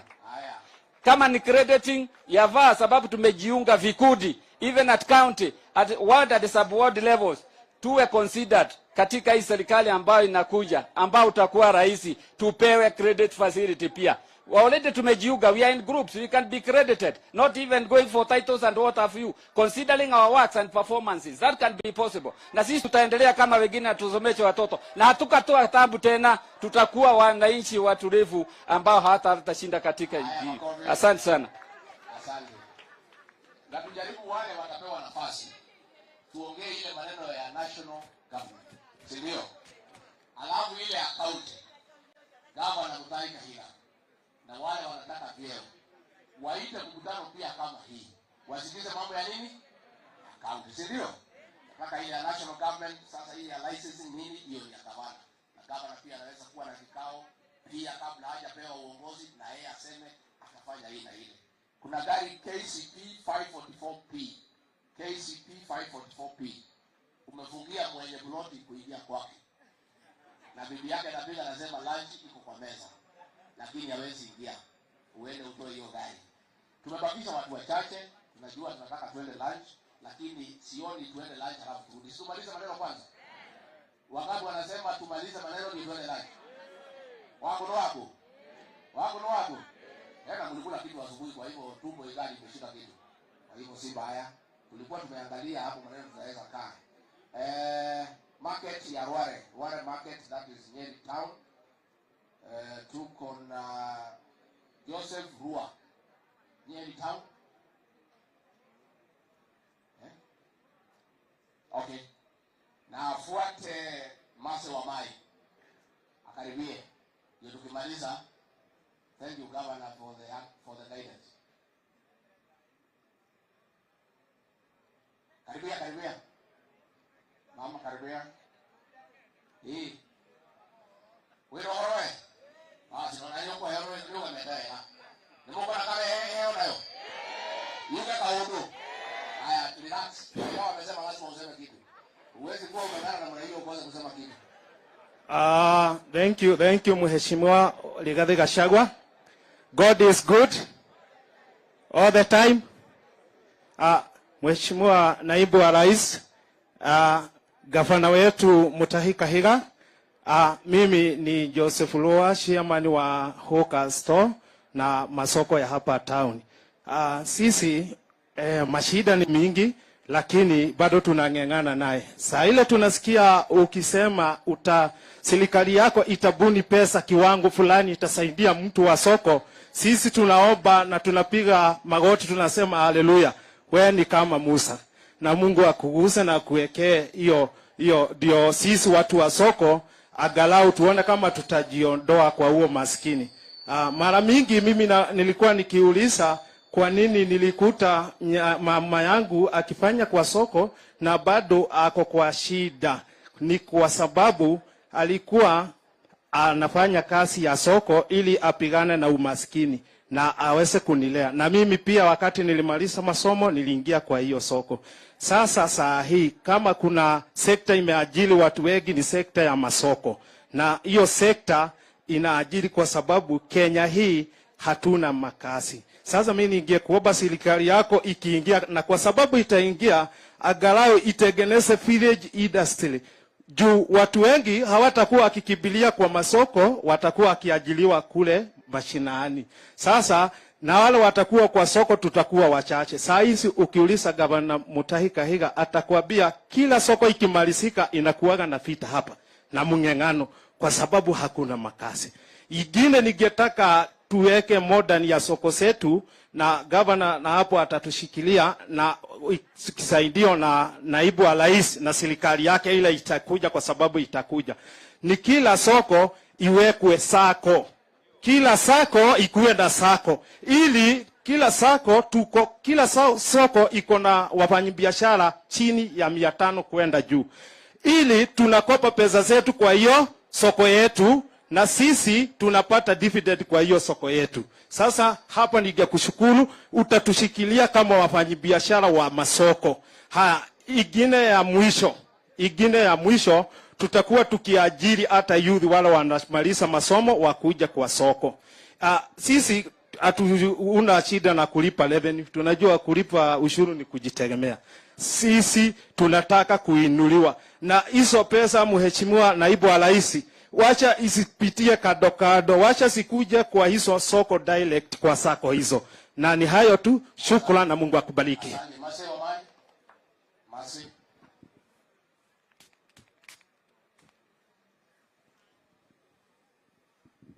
Honorable Deputy President of Kenya, yangu sio mengi, mimi nitaongea machache. Kwa jina ni Masi wangu wa Mae, naongea juu ya soko ya Karatina, na juu ya hiyo soko ndio kumbwa na ile masoko ingine inakuanga na sinda kama yetu. Ningetaka kusema juu ya housing and stores. Iwe eva hiyo mheshimiwa Rigathi amesema tusiongee, tutaongea na gavana wetu Kahiga.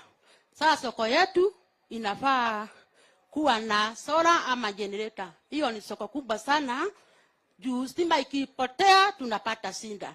Alafu njia ya maji iko na sinda sana. Juu mferezi ni moja dubwa na Kahiga, na hiyo soko iko na watu kama 3,000 kila mchana. Sasa hii ingine nitaongea ni juu ya market fee. Juu mtu akigonjeka anatoka kwa soko anaenda nyumbani. Sasa ukirundi unapata hii store yako inakuwa na iko na deni. Sasa tunataka hiyo maneno iwe inaangaliliwa na wale watu watakuwa wamechaguliwa. Alafu ningetaka kuongea juu ya vijana wale wanamaliza shule. Soko yetu ni kumbwa. Ikipangwa vizuri watu watakuwa wakimaliza shule wanapatiwa nafasi ya kuingia kwa soko. Juu sio kusema ati sisi peke yetu ndio tutakuwa tukikaa kwa soko tu. Alafu ningetaka kuomba ikiwezekana tupatiwe 24 hours juu ya economy. Hapo ingine ningetaka kuambia Honorable Deputy President, sisi tuko na ile kitu tuliagana na yeye wakati alikuwa Karatina, tuliagana tuweke tunajiita Karatina Market Sacco. Tunataka tuinuliwe na bottom up loan and SACCOs. Nimemaliza. Asante. Haya, community health volunteer Peter Ndegwa, afuatwe na musician Raina Fundi, afuatwe na drama Abdi, afuatwe na village MCs Jackson Kelly. Tukiandamana na hiyo. Na unasema wewe unaitwa nani na ni section gani? Peter Ndegwa, His Excellency the Deputy President, our Governor and the entire readers, na watu wa Nyeri. God is good and all the time. Itago Peter Ndegwa toka Udaya Sub-County. I'm the chairman of the Community Health Volunteers. Ado Udaya Kanado within Nyeri County. Tuheirwo program itago UHC. Githetigo ndoito. UHC yari iteithagie muingi wa Nyeri. Niguo. No ni muwe twahetwo niki gitumi. Twahetwo ni tondu wa gukorwo ni tugumirwo ni mirimo miingi muno kana mirimo iria itagwo non communicable thiini wa matura maitu. Na nikio kuheo kwayo kwari guteithia county kumenya maundu macio. Na no tu request mutongoria witu governor athie na mbere na guput agenda yo nigetha CHV othe mekirwo thiini wa payroll, andu acio matige gutuika volunteers, matuike workers a Nyeri County. Ni tondu andu acio ni marutaga wira muritu muno wa guthie matura-ini maitu, na makiri ihinda riri kuri na ugwati wa murimu wa COVID. Ni tondu nio marathiaga household kwa household, githe tiguo mari ugwati-ini munene muno matari agitire ni mundu. Koguo ni tukuria Deputy President, we should request you, the Deputy President, you shall be the President of the Republic of Kenya, and we shall vote for you. But we will request you to have a CHV circle in Nyeri County so that these people should be able to grow together. Lastly, the Governor of Nyeri, Governor Mutahi Kahiga, you are really working on that. But in most committees, we don't have the community health volunteers engaged in those programs. And that's why we are not in a good position in Nyeri County to fight COVID-19. If we equip the community health volunteers, we will not be able to use more funds to procure things about COVID-19. So we are really requesting your support to move towards together. Thank you very much.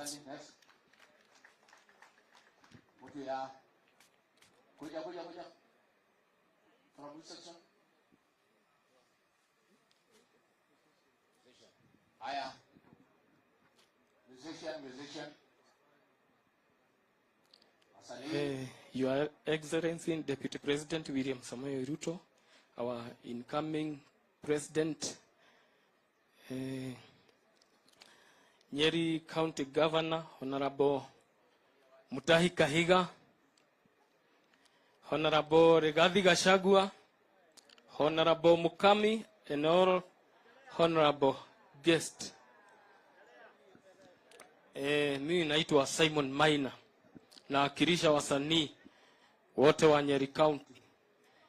Nawakilisha organization ya wasanii zaidi ya 3,000. Na sisi tuko na shida kama wasanii, na kuna mambo tumefanya. Sisi ndiye wa kwanza Kenya kuwa na license inaitwa Content Service Providers, yenye juu tuliangalia shida ya wasanii. Wamekuwa wakifanya makerere, lakini wanafanya makerere juu wanategemea watu wengine. Sisi tukaona tujitegemee, tukatafuta hiyo license, na iko expensive sana. Communication Authority wanatulipisha 100,000 per year, na hiyo tugeurisa kwa serikali yako, kwa sababu tunajua utachukua hii serikali. Ituodore iwe na package ya service providers yenye itaodoa hii license ya content service provider, hii license ya USSD. Wasiwe wanashikanisha USSD na Skiza Code. Skiza Code iwe ni package yake, isiwe ina uganisho na hii license ingine, juu inakuwa expensive. Na mambo ingine nimetumwa na hawa wasanii 3,000. Tuko na sako inaitwa Modern Kasha. Wameniomba nikuambie wewe ndiye utaraunch hiyo sako. Kwa hivyo hiyo tumekuomba wewe ndiye utaraunch hiyo sako.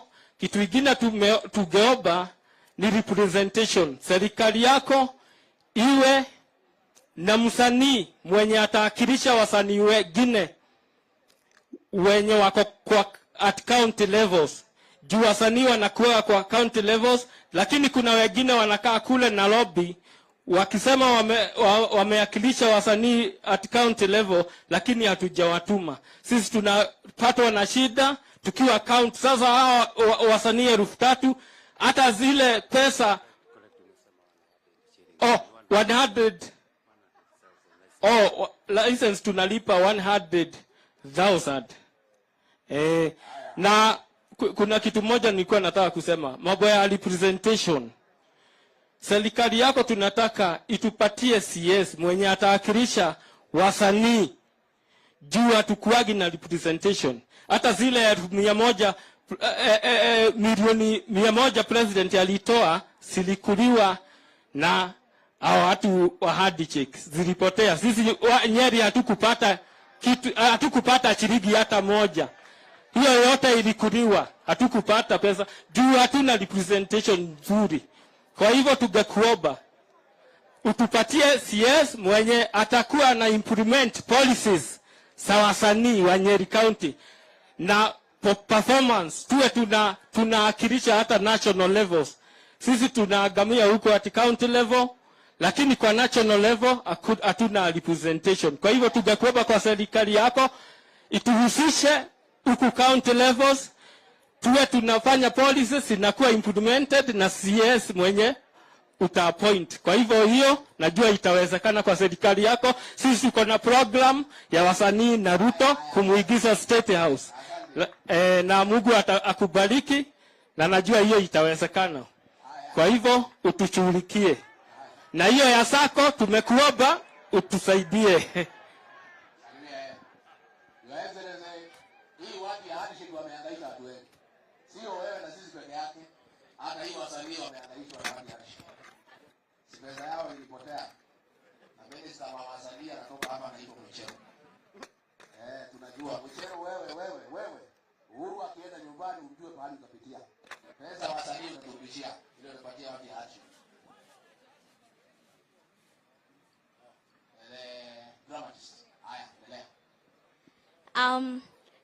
Your Excellency, the Deputy President, our faith, first of all, happy Valentine's Day.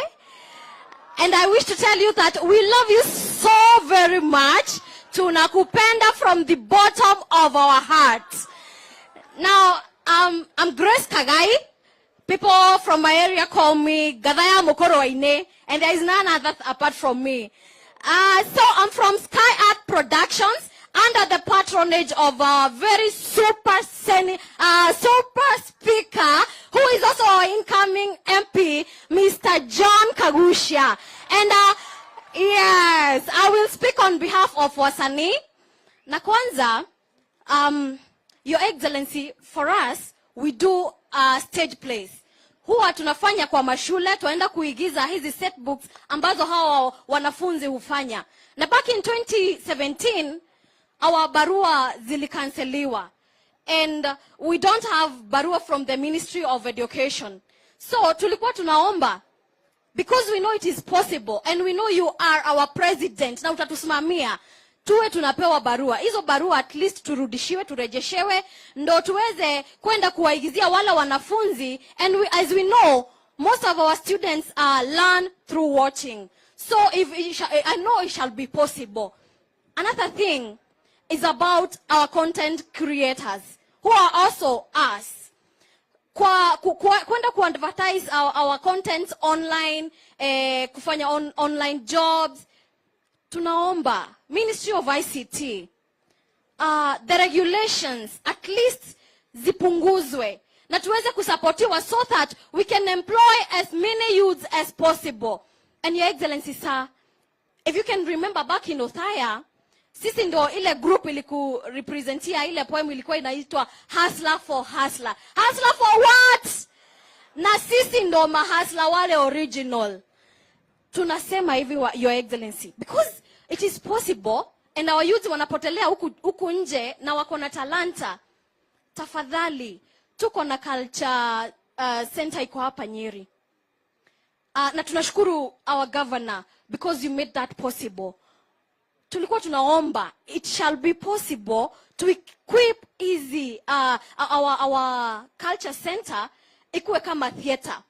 Nyeri tukuwe na theater yetu, so that we shall be proud of what we are doing, and we shall also be holding inter-counties cultural festivals. Ndio tuweze kuwakilisha county yetu, tunaenda exchange programs za county. Tulikuwa tunaomba pia kwa hiyo cultural center, it shall be possible tuweke studio yetu. Ndio hawa wanarika wetu, wengine wetu hatuna pesa ya bundles. tunaenda huko, tunafanya tukifanya content creation, tuna post, tunafanya nini, na kukuwe na free wifi so that we are tukuwe tumewezeshwa, si ndio? Haya, kabla nimalize, Bwana Rigathi Gachagua, tuge modo murathimeneke, modo murathimene, murathime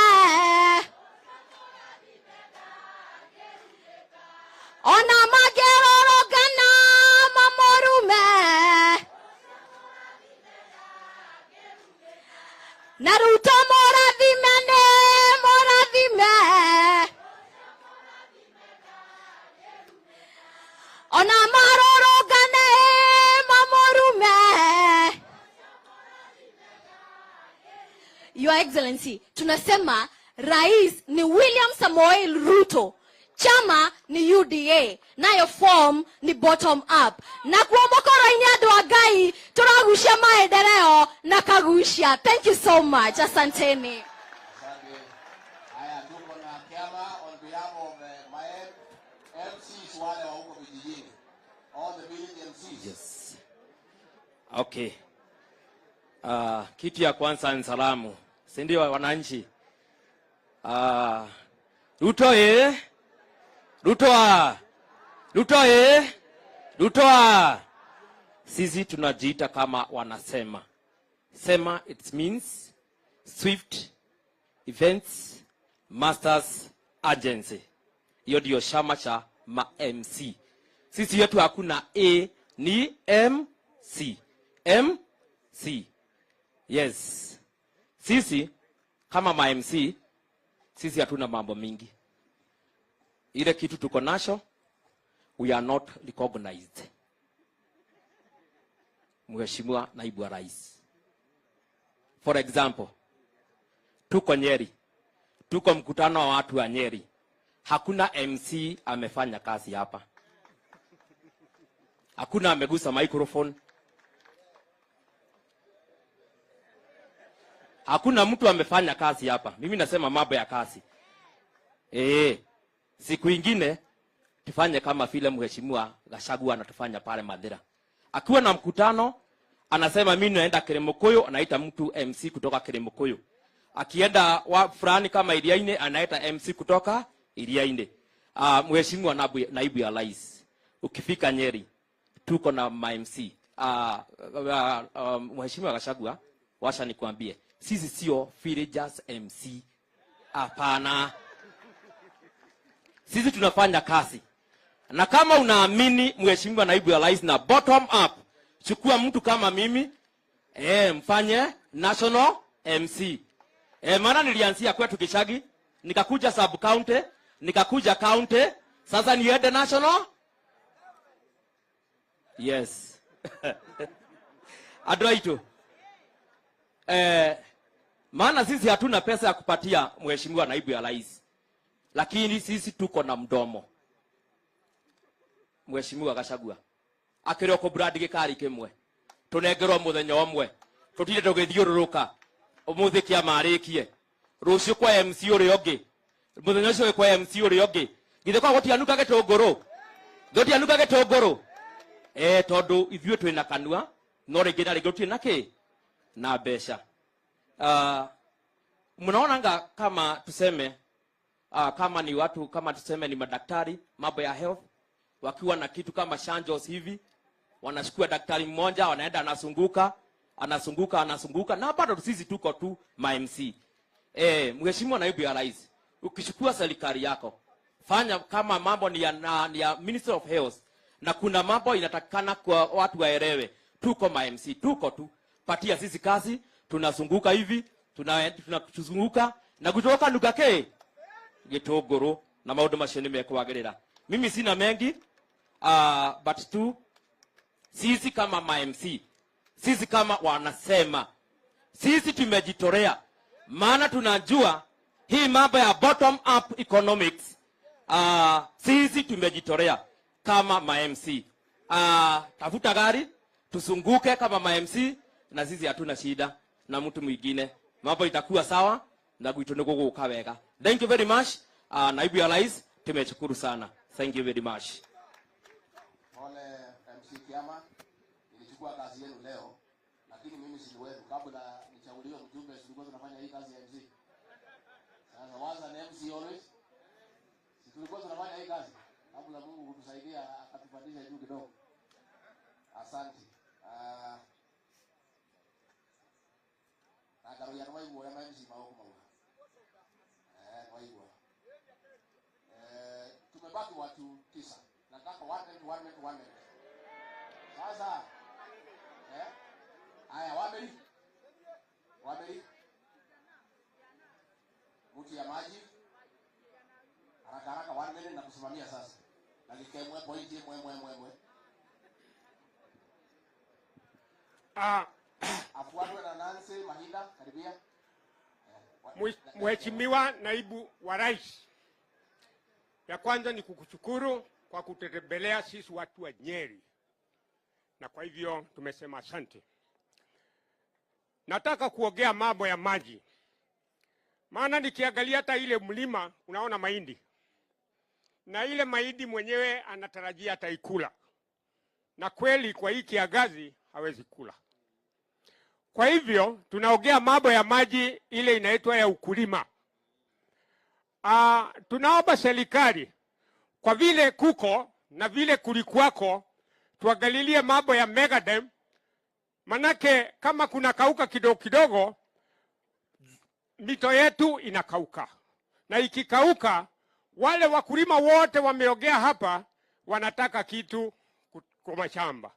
Kwa hivyo tukipata mega dam katika Mount Kenya, tupate mega dam katika Aberdare, tutakuwa nafuu. Tunaomba kwa serikali yako ututimizie. Tuna miradi inayofanywa ya borehole, na tungeomba Mheshimiwa Rais tuwe tunategezewa borehole pahali iko borehole, na pia tusaidiwe na ile inaitwa water plant. Hiyo ni mambo ya storage ya maji. Nikipenda kuomba mambo ya project. Naibu wa Rais, tuko na miradi mingi sana katika area ya Nyeri, na sisi ndio matajiri katika Kenya nzima kwa mambo ya natural resources ya maji. Na tukiangalia ile mahindi, mto uko hapa, unapita, unatililika, unaenda ziwani Indian Ocean, na hakuna faida watu wa Nyeri wanapata kutoka hiyo maji. Natural resource inatoka kwa Mungu. Tukiomba kwa project zile ziko nyingi.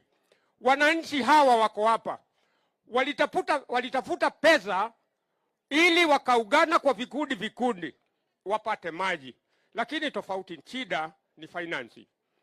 Wale wamepewa finance ya ile miradi iko. Tafadhali Naibu wa Rais, ukiingia kuwa rais, tafadhali tumalizie zile ziko, na zile demu ziko zifanywe ukarabati. Tunakuomba. Hebu nimalizie. Siku zingine zile ziko za wale watu wanafanya, wale wameungana na wanahitaji maji. Tukitaka ukulima uendelee na mbele na tupate mapato na watu wapate kitu kwa mfuko, tafadhali tuwakuomba Naibu wa Rais, ukiingia katika serikali uwaigize katika miradi yao ipate pesa, na ianze kutoka intake mpaka kwa ile tunaita infield, watu kupata maji katika mashamba. Maana watu wetu ni maskini, ile pesa wanapata ni kidogo sana ya kujiandikisha, lakini wakiambiwa mamilioni ya pesa na kukusanya hizo, na unaona shida ya COVID na zile zingine, tafadhali tuwakuomba Mheshimiwa. Ya mwisho ni serikali ianze kutufundisha sisi watu wa Nyeri njia ya kuharvest maji. Manake tuna mito, tuna mvua, na serikali ikisaidia kama ni ya county ama ni national government itusaidie ili tunaweza kuharvest maji ile ya mvua iingie kwa matangi tuanze kulima nayo. Kwa hivyo tunaomba kusaidiwa, na pia serikali ifikirie mambo ya mizitu. Maji inatoka kwa mizitu. Asante Mheshimiwa, tunakushukuru. Asante.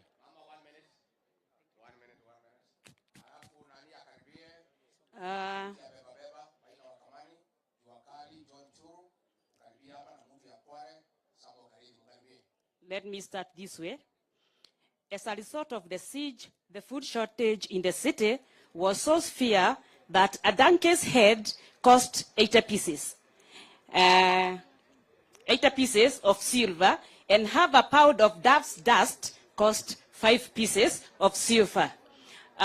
Your Excellency, Honorable William Samoei Ruto, our 5th President, I'm humbled to stand before you to present our case. This is on water. I want to add on what my friend has said.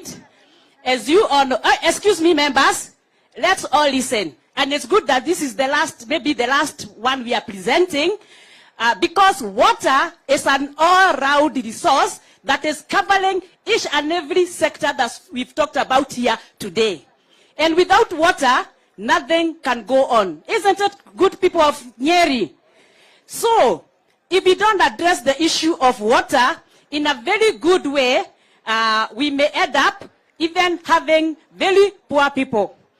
As my fellow member has said, we need to harvest a lot of water, or we do the mitigation as he has said. And the mitigations that we can do, first of all, is we could check with our national budget. So we were requesting our president to be that in the national government, 1/4 of the national government to be pumped into the water project or anything to do with water. For example, if we have 3 trillion as the national government, and I know if you want to succeed, you have to work with the numbers, not just by mouth. If we have 3 trillion, so 750 billion should be pumped into water, so that we can bring all water projects on board, and because each and everybody, every being, every living thing depend on water. And without water, there's nothing much we can do. And maybe after we pump the 1/4 budget into water, we can mitigate the water problem by, as he has said, increasing our storages, by building mega dams, as you had promised sometimes during our last campaign. We are very patient people. Even today, we still wait for the mega dams. Hatuja kufa roho. We are still waiting for the 5 mega dams that we were promised during our last campaign. We can also collect the running water by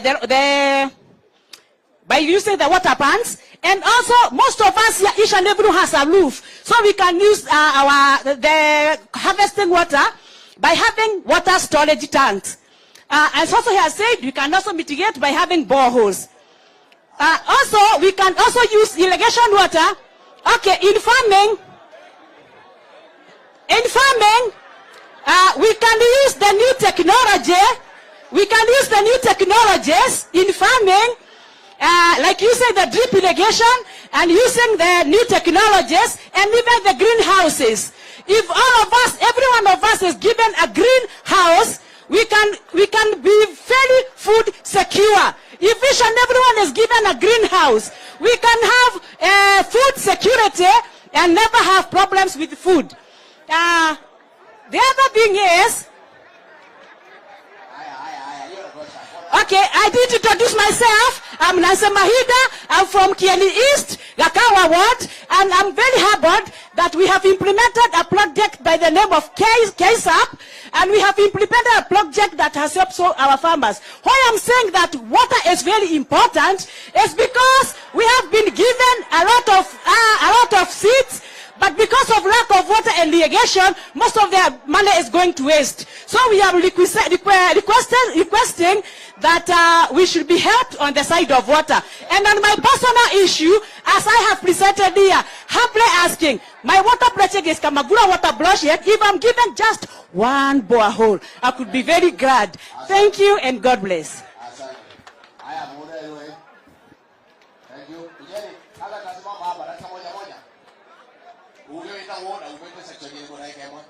Thank you very much. The Deputy President of the Republic of Kenya, all protocols observed. Mine will be short and precise. Nataka kuongea juu ya watu wa Mialero, Your Excellency. Watu wa Mialero ni wale watu wachuuzi wanachuuza kwa barabara. wale wanatandika kwa barabara, wale ambao wanawafuata. Tumeongea mambo mingi ya pesa, lakini watu wa Myalelo watapata pesa namna gani kama hawana license ambao wanapewa kwa barabara? Tumeongea mambo ya kupewa loan. Tukipewa loan, tukienda kwa banki kuchukua loan, tunaitishwa logbook ama license. Mimi nitatoa license wapi? Nitatoa logbook wapi ama title wapi? Kama your excellency uko na hakika ya kwamba tunatoka chini kupanda juu, washa tuokodoke katika mambo ya mkoloni, sababu logbook ni ya mkoloni, title ni ya mkoloni. Tukuje katika mambo ya modo kwa modo, one by one, na kugaranti unanigaranti. Jambo lingine na ni la mwisho, serikali yako hatutaki kwenda kwa bank kuchukua maloni. Tunataka serikali yako itege kiwango fulani cha pesa inaleta kwa sako, kama ile sako mimi naongoza inaitwa Myalelo, na uko na deni letu your excellency, na Morahamu kama atakujulisha kwamba mwezi wa 3 tunakuhitaji. Ileta kwa hizo sako, tunaenda pale kukopa, tunagarantiana na mambo itakuwa sawa sawa. Thank you very much and God bless you.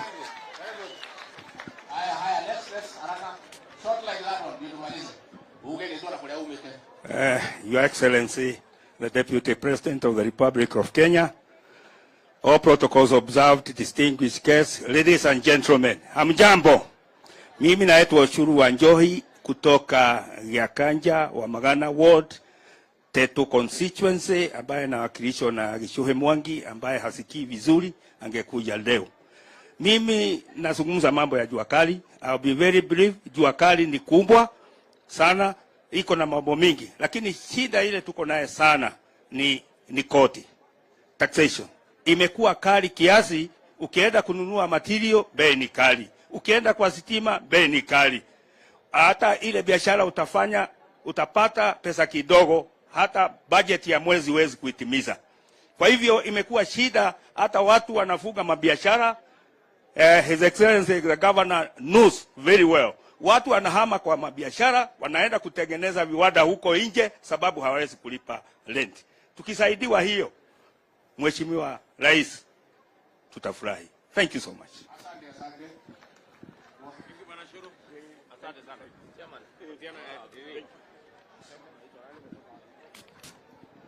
Hello. Bwana asifiwe. Mheshimiwa Deputy Rais, Governor na watu wote ambao wamekuja kwa hii mkutano, habari zenu?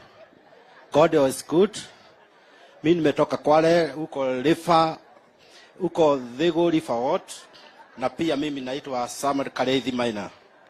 Mimi nimetumwa na watu ya Kwale, na pia naongea mambo matatu tu ili niweze kumaliza. Ya kwanza, mimi ni ile mtu ya Madera. Bwana asifiwe sana. Na sasa sisi tunataka tiga, Mheshimiwa Rais, Mheshimiwa Deputy Rais. Na tukipata hiyo tiga, hakuna wakati tutaenda huko Madera. Tukipata tiga, Mheshimiwa Rais, sisi tutaenda kwa Madera. Na pia sisi tuko Kwale different place. Ya pili, tunataka kila kitu ambaye kinaletwa hapa Nyeri kinaambatana na kitu ya mjengo, sisi yenyewe tunatengeneza. Pia tuweze kupatia hiyo opportunity first priority ili tuweze kufanya hiyo kazi. Pia tunataka mashini ya kutoa maji. Mvua ikinyesha tunasumbuka sana. Tunataka hiyo mashini iweze kutusaidia. Na pia tuna certificate ambaye hatusaidiwi mzuri. Tungetaka hiyo kwa groups tuweze kupatiwa malon na hiyo certificate. Ya mwisho namtolea shukrani kada ya wela. Bwana asifiwe sana. Hii ukisikia sisi Deputy President hatuna MP, ni kweli hatuna. Tulipata shida ya mtoto moja ya mwenzetu aliuawa huko Mandela. Tuletea kada ya wela. Na pia akamchukua, na hata saa hii hiyo mtoto anasoma. Na pia tunatoa shukrani zetu kwa mheshimiwa kwa vile hatukuona pahali ya kukufuatia. Tutasema asante. Baki hawa tu, alafu tutakuwa na ya mwisho na mkubwa ya walimu atoe mambo ya walimu na CBC na nini. Yatakuwa ya mwisho. Hawa 1 minute. Naibu wa Rais, waheshimiwa, nasalimu katika jina la Bwana. Kwa majina naitwa Daniel Tombo ama chairman wa Beba.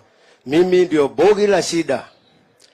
Mimi naongelea ya kwanza kila mbeba wa mkokoteni hana lake, kwa sababu hawa watu wa bodaboda walitunyang'anya kazi. Manake akiwa na bodaboda anabeba mtu na mzigo, huu wa mkokoteni anabeba mtu anamfuata, sio kazi imeisha. Jambo la pili ni polisi. Hawa polisi wakitaka watu wa kuvuna kahawa kwa jela ni sisi, kwa sababu sisi ndio tunafagiliwa kwenye town, sisi ndio hatuna kazi, tukapata kazi jela. Hiyo ni shida ingine. Jambo lingine, na hii ni muhimu, nishaambia hawa wako hapa, wakati nimeona helikopta yako, nimeona uponyaji wa mtu. Mfalme utoka na juu na wewe umetoka juu na umekuja na ndege hapa. Kuna mtu beba wangu aligojeka, sahi hata anadaiwa 150,000. Hawa waheshimiwa wetu nimewaongelesha, nimeshoka, lakini mimi nimeona usaidizi wakati umekuja. Jambo lingine, na hiyo ndio muhimu zaidi, watu wale wanabeba misigo, akikukaribia ama anikaribia Rigathi hivi, anakuwa na jasho nyingi. Ningeomba na mheshimiwa Mukami, Mungu akusaidie na akubariki, manake utarudi tena. Zile nguo ulitupatia zimeisha, ile jacket ulitupatia dust coat zimeisha. Kwa hivyo Deputy President, najua wewe unasemaga na kutenda. Kitambo twende kampeni, wengine walete sijui mimi makabuti, nimekuomba kabuti 1,000 tu, hiyo ingine tutajitafutia kwa hao wengine, tafadhali.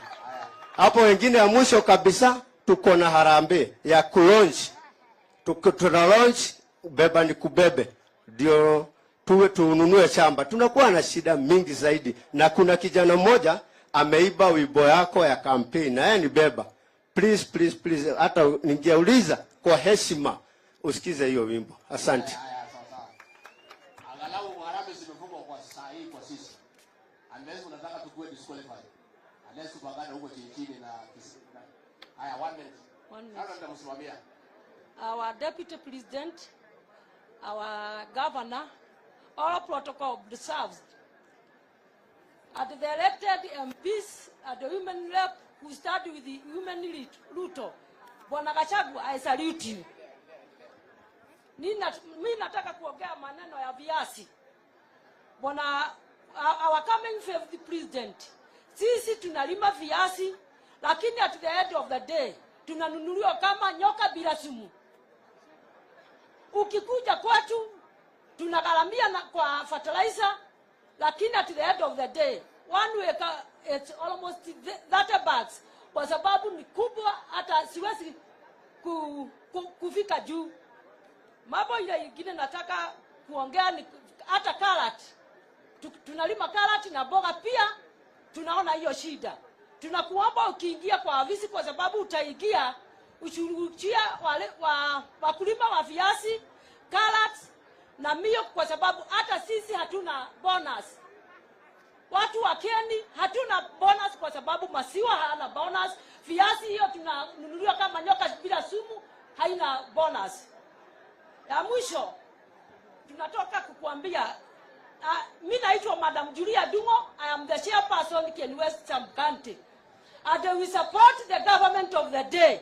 We elect Uhuru Kenyatta and the Honorable William Ruto, so we will support you at the end. Tunataka kama akina mama wa Kenya, tunataka 1 car, because Kenya is 52% of Nyeri County. Brigade, akina mama na William Ruto. Ya mwisho, akina mama wote wako kwa CRB, kwa sababu ya COVID-19 wameenda kwa Tala, Mshwari, KCB. Akina mama wote wameniambia ukiingia uwatoe kwa CRB. Ya mwisho, nataka akina Legathe, akina Nonok, I want to give you a piece of Bible so that when supporting William Ruto, you will read it. 2 Samuel, hata wewe William Ruto andika. 2 Samuel chapter 21 from 1 to 10. The second readings will be Joshua 9 from 1 to 27. We as the Nyeri people, we will not elect a leader so that we can have 3 years without rain. We have to fulfill the covenant our president gave us.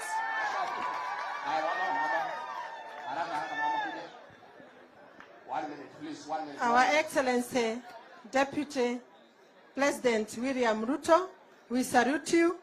I'm Josephine Gadhanwa from Mokoroini, nikiwakilisha wamama kwa maendeleo ya wanawake. I'm the treasurer. Nataka kuongea mambo ya akina mama. Maendeleo ya wanawake, it's well structured from ward level, sub-county, county level, and national level. And we have a problem because as we are structured, we are not well represented in those sectors that we have in our country. That is something that we are praying that God will help you. When you go there, you remember maendeleo ya wanawake, because we are asking for lakiti for maendeleo ya wanawake in every county. And if God willing, may we have a circle in every county that will be managed by women, structured as maendeleo ya wanawake. Why? Because huyu mama kukiwa na shida mashinani, ila anakibiriwa sana, ni yule mama alishaguliwa kama mama wa maendeleo ya wanawake. Sisi tunasimama, wakati mwingine tunaenda kupima wa mama kansa na nini na hiyo yote, we don't have our kitty. But we normally go to our MPs, we cry for them, and we thank God because they always answer us. So our Honorable Deputy President, as we talk of a bottom-up economic model, consider this organization. We would even like to sit with you, even in the national level. Call us as we had come and we saw you when we came to State House, so that we can deliberate about our organization, which is well much admired by our young ones. But they asked us, what do you do in maendeleo wanawake? Yes, we try for leadership, to nurture them, and even to teach them of much of their well-being and even the health, but we don't have that much that we can go and do. Thank you so much. His Excellency, the 5th President of Kenya, Dr. William Ruto. I'm here representing the tertiary students, the university colleges. Bwana William Ruto, today is 14th February. We celebrate Valentine's. Lakini wacha nikuambie, leo comrades kimetuumania bana. Wananiambia wakati ulikuwa higher education ulitupunguzia wakati wa kuingia university. Lakini saa hii wazazi wetu wamesota, hawana kakitu. Hadi leo isipokuwa ni hii form nikadanganya msichana niko na kaform na kuona bana, singekuwa hapa. Ningekuwa nimeficha simu juu hatuna kakitu, wazazi wetu hawana kakitu. Sisi wenyewe huko university fees imeongezwa. Tunakuomba wakati utaingia fees ya university iangaliwe tena. Then pia kuna kamshahara sisi kama comrades huwa tunapewa kanaitwa help. Sahi kamechelewa kabisa, kimeumana kabisa. Hiyo mshahara hadi sahi ukienda useme tu kakitu igongwe ndani. Sisi kama comrades tutakuwa tumefurahia. Nikimaliza, sisi kama watu wa university tumekosa makazi. Na kwa sababu tumekosa makazi, tumeona tuende tuulize kazi kama za MCA. Hapa kwa chama cha UDA, nitaomba ambao ni under 30 age, unaweza subsidize ile nomination fee igongwe chini hivi. Wao macandidates ungeona hapo MCA ni wengi sana, lakini hadi kuna wengine hapa lakini juu yako ka nomination na wanajua tu chama ni UDA na ni bottom up, tukienda hivi kutoka bottom hadi up, na kazi ni kazi, wanataka kuingia hicho chama chako na waendelee. Asante sana, Mungu akubariki. Asante. Thank you. One minute. Thank you. His Excellency the Deputy President of the Republic of Kenya. Mimi naitwa Ruben Magoko ambaye ni mwadhiriwa wa medical error in this country. Mimi naishi na shida ya diabetes and hypertension, na ni watu ambao wamesahurika sana, na tukajiunga pamoja tukaanzisha group inaitwa Kenya Defeat Diabetes Association ambayo inashughulikia hawa watu ambao wanaishi na shida ya diabetes and hypertension. And we have about 60,000 members in 32 counties of the Republic of Kenya. Wakati mmoja tulienda kwa His Excellency Bwana Ishongwa na akatuadvise tuandike barua. And we wrote a letter in your office tarehe 14 mwezi wa 10 last year, lakini bado hatujapata majibu, because we needed to have a sitting with you so that you can give us our agenda, and then we can give you our agenda on how we can address that. The other person we would like to have a sitting with is the Governor of the Republic of Kenya. You remember we started this thing with Gachagua. Ukweli usemwe, hata ukishukua uongozi na mufanye hiyo kazi yote ambayo mmesema, na afya ya watu yako iwe si afya nzuri, kutakuwa na shida. Watu wataendelea kujinyonga, wataendelea kuwa mawazimu kwa sababu afya yao imesoroteka. Kwa hivyo give us a hearing at a national level, because we need to have our delegate meeting, and we were proposing that you support us on that. I want to say thank you to Madam Mukami, kwa sababu sisi watu ambaye tuna hiyo shida tulikuwa tumesahaurika, na ametuingiza at the last minute.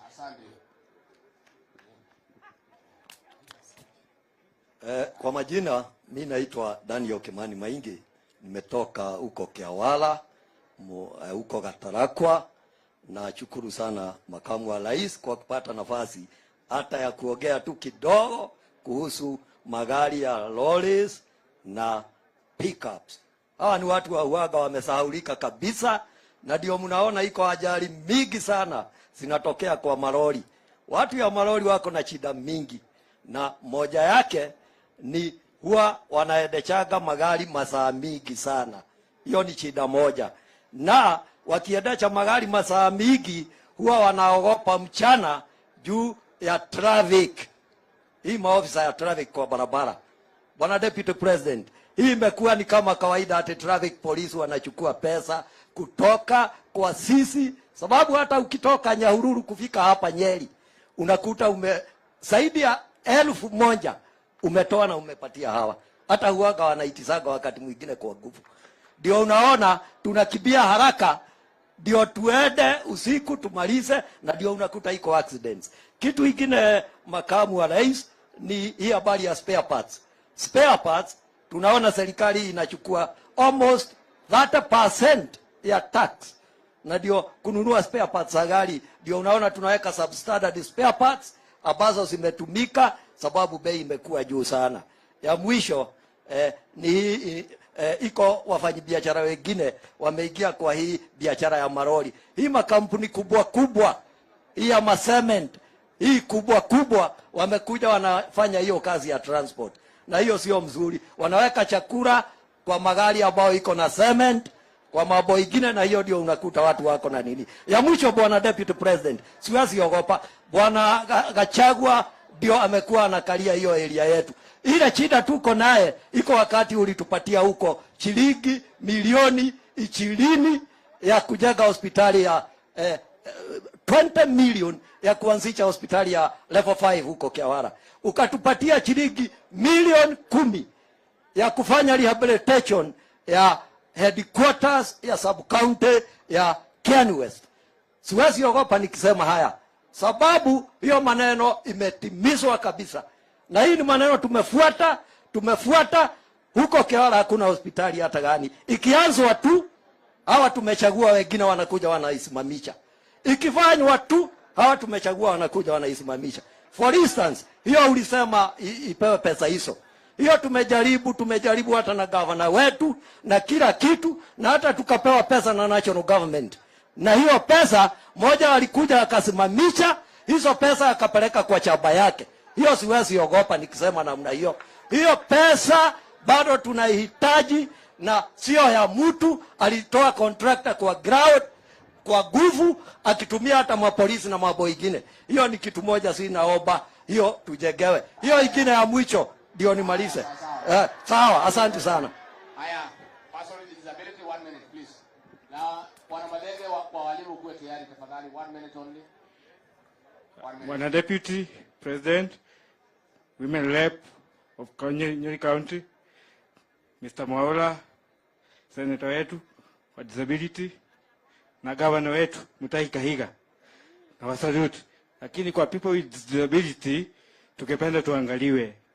Especially Madam Mukami anatusaidianga sana, kwa kuwa na Mwaura, hata governor wetu, tukienda kwake, haturudishi sisi people with disability. Lakini tukipenda, mahali watu wa people with disability, awekwe muangalie maslahi, awekwe mahali popote anataka kuwekwa. Because utapata anataka kuteremka chini, anataka kuja stage ya juu, lakini wapata because ya city council lazima awekwe stage katikati, na alikuwa anataka kuja hapa Equity ya juu. So nikipenda ukiingia kwa kiti na njoo utaingia na people with disability wanakusupport wote, uangalie hiyo maslahi na exemption ya people with disability. Mr. President. Asante, pigeni makofi. Bwana Malenge, karibu. Alafu mtu ya mwisho ni hii na marangi ya UDA. Yanatufungia sisi sawa?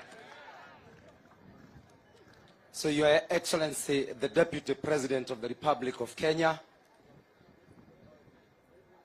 Mheshimiwa William Samoei Ruto, who happens to be my recommit, wageni waheshimiwa, I will speak on behalf of the teachers and the general education very briefly indeed. My name is Madenge Wajau. I am the Executive Secretary, the Kenya National Union of Teachers, Nyeri branch. I'm happy because the Deputy President is my age mate. But I'm older than him by 1 week only. So I know the education sector is a national issue, but your government, which we believe is incoming, must look at this issue of policy formulation. I am a great supporter of the bottom-up economic model, and I also want to believe that in terms of policy formulation, it must also start from the bottom upwards. Your Excellency, the Deputy President, when your government comes into power, which it is doing, we want sufficient funds to be pumped into schools. Kwa sababu hawa wazazi hawa wote unaona, hata kama tunasema we are free primary education or free day secondary school education, they are still paying some levies in the schools. And we want this to stop. So proper funding, sufficient funding must be done. Another issue, unajua, the thorn in the flesh or the elephant in the house as far as education is concerned, ni hii mambo ya CBC, Your Excellency, the competency-based curriculum. And we want to say that we are supporting this issue. But there are some few nitty-gritties that need to be looked into. For instance, we are asking your incoming government to domicile junior secondary schools in primary schools. I was asking myself 2 questions. A girl in class 6 is about 10 years old. I'm 11 years old. Mtoto wako akipita hapo aitwe Maranda High School na ni wa miaka 11, utampeleka kweli? Uwezi kumpeleka. Therefore, we are kindly requesting that these junior secondary schools be domiciled in our primary schools, iwe ya day schools. Si hapo ni sawa sawa? And again, I was also asking myself 1 question. Why is the current government using public funds to build 3 classrooms in secondary schools and leaving 2 empty classrooms in primary schools? Si hiyo ni waste? Hiyo ni waste. Afadhali wangeongeza moja kwa primary ili junior secondary ziwe hapo. Another issue, Your Excellency, is this issue of the textbook policy. Because initially, during the other regime, schools were being given money. Walimu wanakaa chini, wanachagulia watoto vitabu. Currently, officials wanakaa Jogoo House, wanachagulia watoto vitabu. I mean, it cannot work like that. Because the people who deal with the children are the teachers on the ground. So let money be pumped into schools, principals and teachers and head teachers will sit down and select books for the pupils.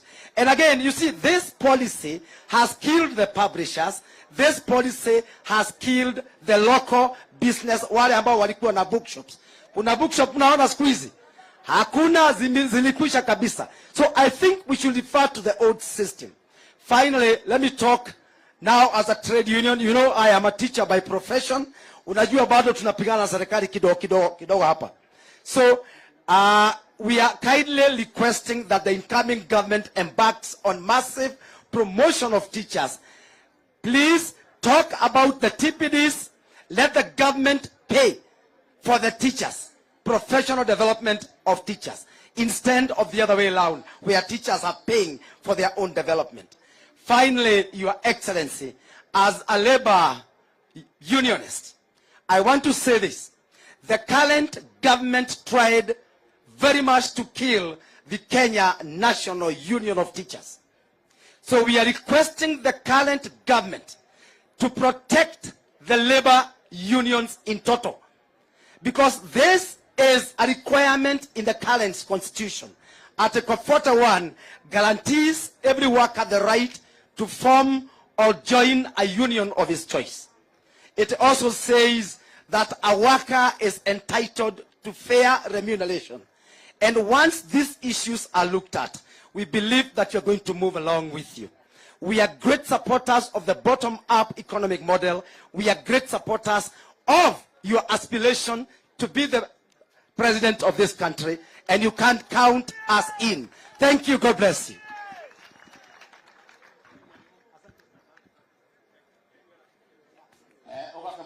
Najua hii serikali ya mahasara hii, wiki anatufungia siriashi hiyo.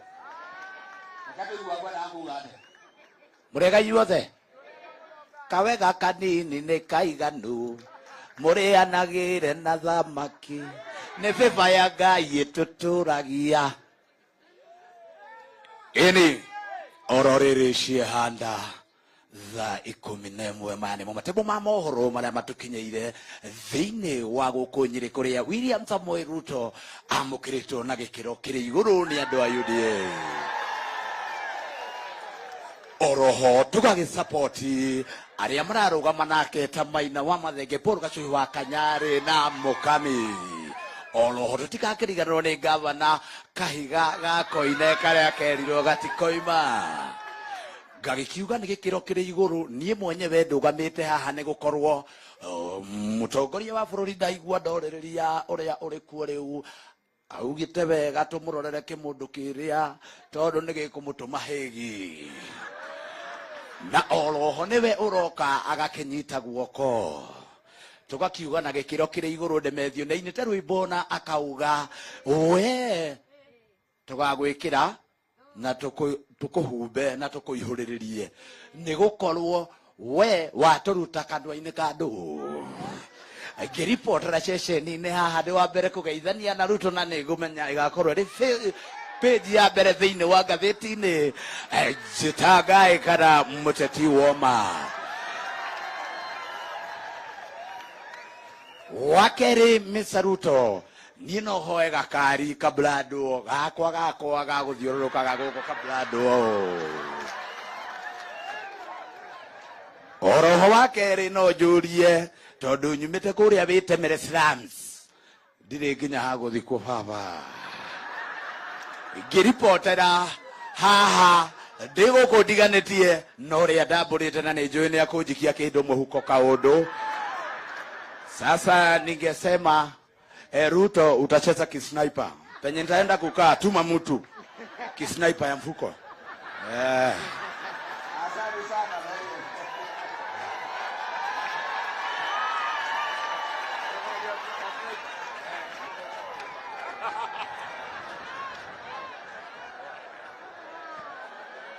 Ngwani wega. Mundu wa Ngai gwikania. Mundu wa Ngai gwikania. Deu ni kwa dikeria maundu mathio wega. Yenda riu nigetha itare ta gavana wa Nyeri nigetha atwitire deputy president. Ngajua murenda kuigua oro. Niye kwenda kuga kaundu kamwe. Kwenda kuga kaundu kamwe. Adu aito wegore hawona ke. Yabeno ni atwekira wega. Ni atwekira wega. Nitũkamenyitĩrĩra andũ aitũ. Atibia inyuĩ tondũ mũrĩ atha nyingĩ-rĩ, mũndũ manu agũkĩrĩrie ngarĩ gũkomeire wothe. Ngarĩ ũmũkomerie. No ũmũkomerie. Na nĩkĩ tũroya ngarĩ ĩrĩa atũkĩrĩirie ĩtagwo kĩmũndũ kĩu tũkamũkomeria. No mwĩtĩkĩre. No mwĩtĩkĩre. Ndĩrenda kũmũria atĩrĩrĩ. Ithuĩ nĩtũhete mũthamaki gĩtĩo. Maũndũ make mothe marĩa ararehe mbunge nĩtũkũmũhĩtũkĩria. Maũndũ marĩa mothe arenda nĩtũgwĩka. Nĩtũkũmũhe gĩtĩo kĩrĩa kĩagĩrĩire na tũtikamũtengũra. No kaũndũ kamwe tu tũrenda kũmũthaitha, ndagatũringĩrĩrie kĩmũndũ kĩu. Hau nĩguo. Hau nĩguo. Na tondũ andũ ake maraugaga nĩ agũka atĩ atũgarũre tũthiĩ gwa kĩmũndũ kĩu. No mũgarũrũke. No mũgarũrũke. Oke tũhingũrĩre barabara ya mau. Oke arore wĩra ũrĩa ũtigarĩte. Oke atũrĩkĩrie maũndũ marĩa mekĩte atĩa. Mbeca cia andũ akũrũ iria itarĩhĩtwo ahakikice nĩ cieka atĩa. Tũmaũndũ tuothe tũtigarĩte mĩeri ĩno 5 na thikũ 24. Oke atũrĩke na tũtũre tũmũhete gĩtĩo na tũtũre tũmũririkanaga. No angĩũka oke gũkũ gũtwĩra tũthure kĩmũndũ kĩu no tũmũkararie. No tũmũkararie. Ugai no tũmũkararie. No tũmũkararie. Na twamũthaitha president tondũ nĩtũkwendete ma twagũthurire na nĩguo mbura yarĩ nene. Ma ndũgathũkie gĩtĩo gĩaku. Reke ũhurũke twĩna gĩtĩo. Reke tũgakumagaria tũgĩkũinagĩra tũtagũkũria kĩũria. No ũngĩgatũrehera kĩmũndũ kĩu nĩtũgagũkararia. No tũkwenda kũria president witũ gũkũ Nyeri nĩkuo Mwai wa Kibaki aumĩte. Eke ũrĩa Mwai wa Kibaki ekire. Mwai wa Kibaki arutire wĩra mũthenya wa kũinũka wakinya akiumagara ndatwĩrire kũrĩa tũgũikia kura. No mwende Uhuru aikarĩte Mwai wa Kibaki. Nĩ andũ aigana mangĩenda president witũ arũmĩrĩre Mwai wa Kibaki. Ũguo nĩguo twamwĩra na twĩna ngatho nake na twĩna gĩtĩo nake na ciake tũtikaria na tũtikamũtengũra na nĩtũkũmũhe gĩtĩo na nĩtũkũmũhoera Ngai retirement yake. Arore magũkumia amenyerere we mwene na mũtumia yake na ciana ciake. No atũtige ndagatũringĩrĩrie kĩmũndũ kĩu. Areke twathurĩre kamwana gaka ka mũthĩni tondũ nĩko tũrenda. Nĩtwaiguithania ũguo. Nĩtwaiguithania ũguo. Nĩ hega hau.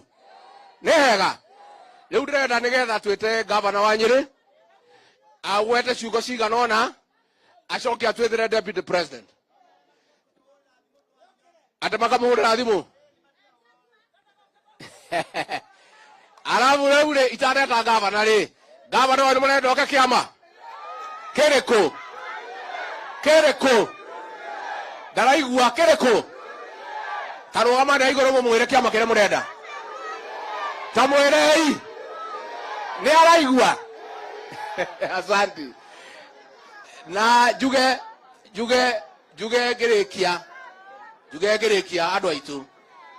Nĩmũkũnyitĩrĩra andũ na kĩama kĩa UDA. Nĩmũkũnyitĩrĩra andũ. Thengio ithuĩ twakena nĩ inyuĩ. Nĩmwaria mĩario mega. Rĩu tũrenda mũthamaki ũyũ oke atũcokerie. Tũcoke tũrĩkanĩre nake mũthenya tũgacemania Rũrĩng'ũ twĩkanĩrĩre kĩara. Kana mũtikwenda twĩkĩre kĩara? Haya, ngemi cia gavana ciĩ hawa Mũtahi wa Kahiga rũmwe. Rwa kerĩ. Rwa gatatũ. Rwa kana.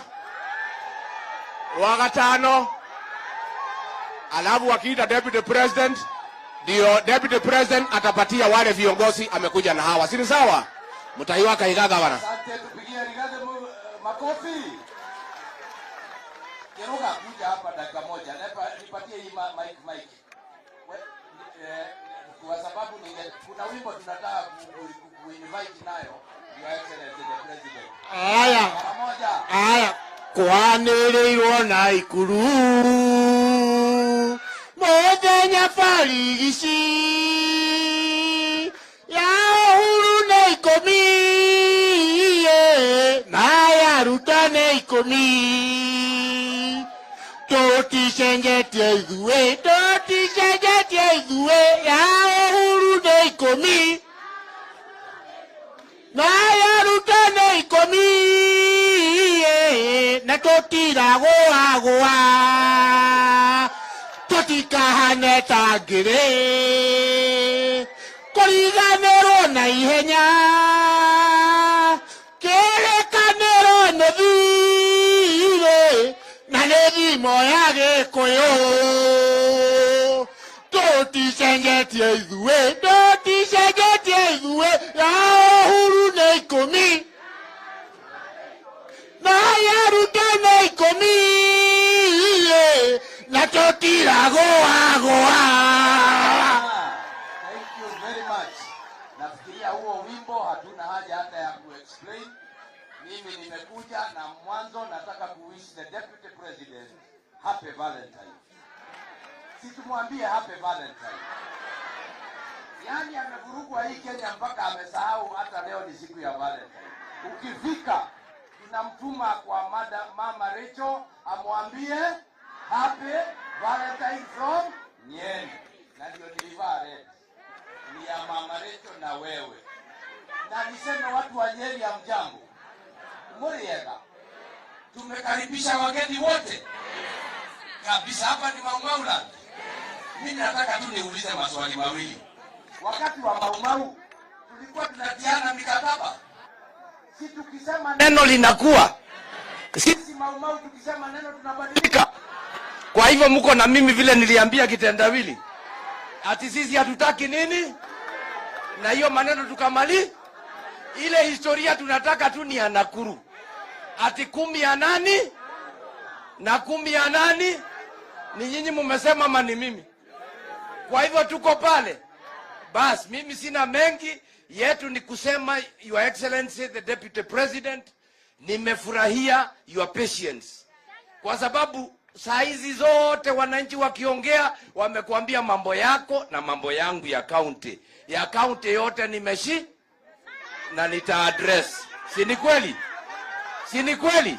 Ya county yote mumesema hayo si ya deputy president, nitaangalia maneno ya licenses, maneno ya nini, na nilikuwa na kitabu nimeweka hapa na tutaongea maneno hayo. Si ni kweli?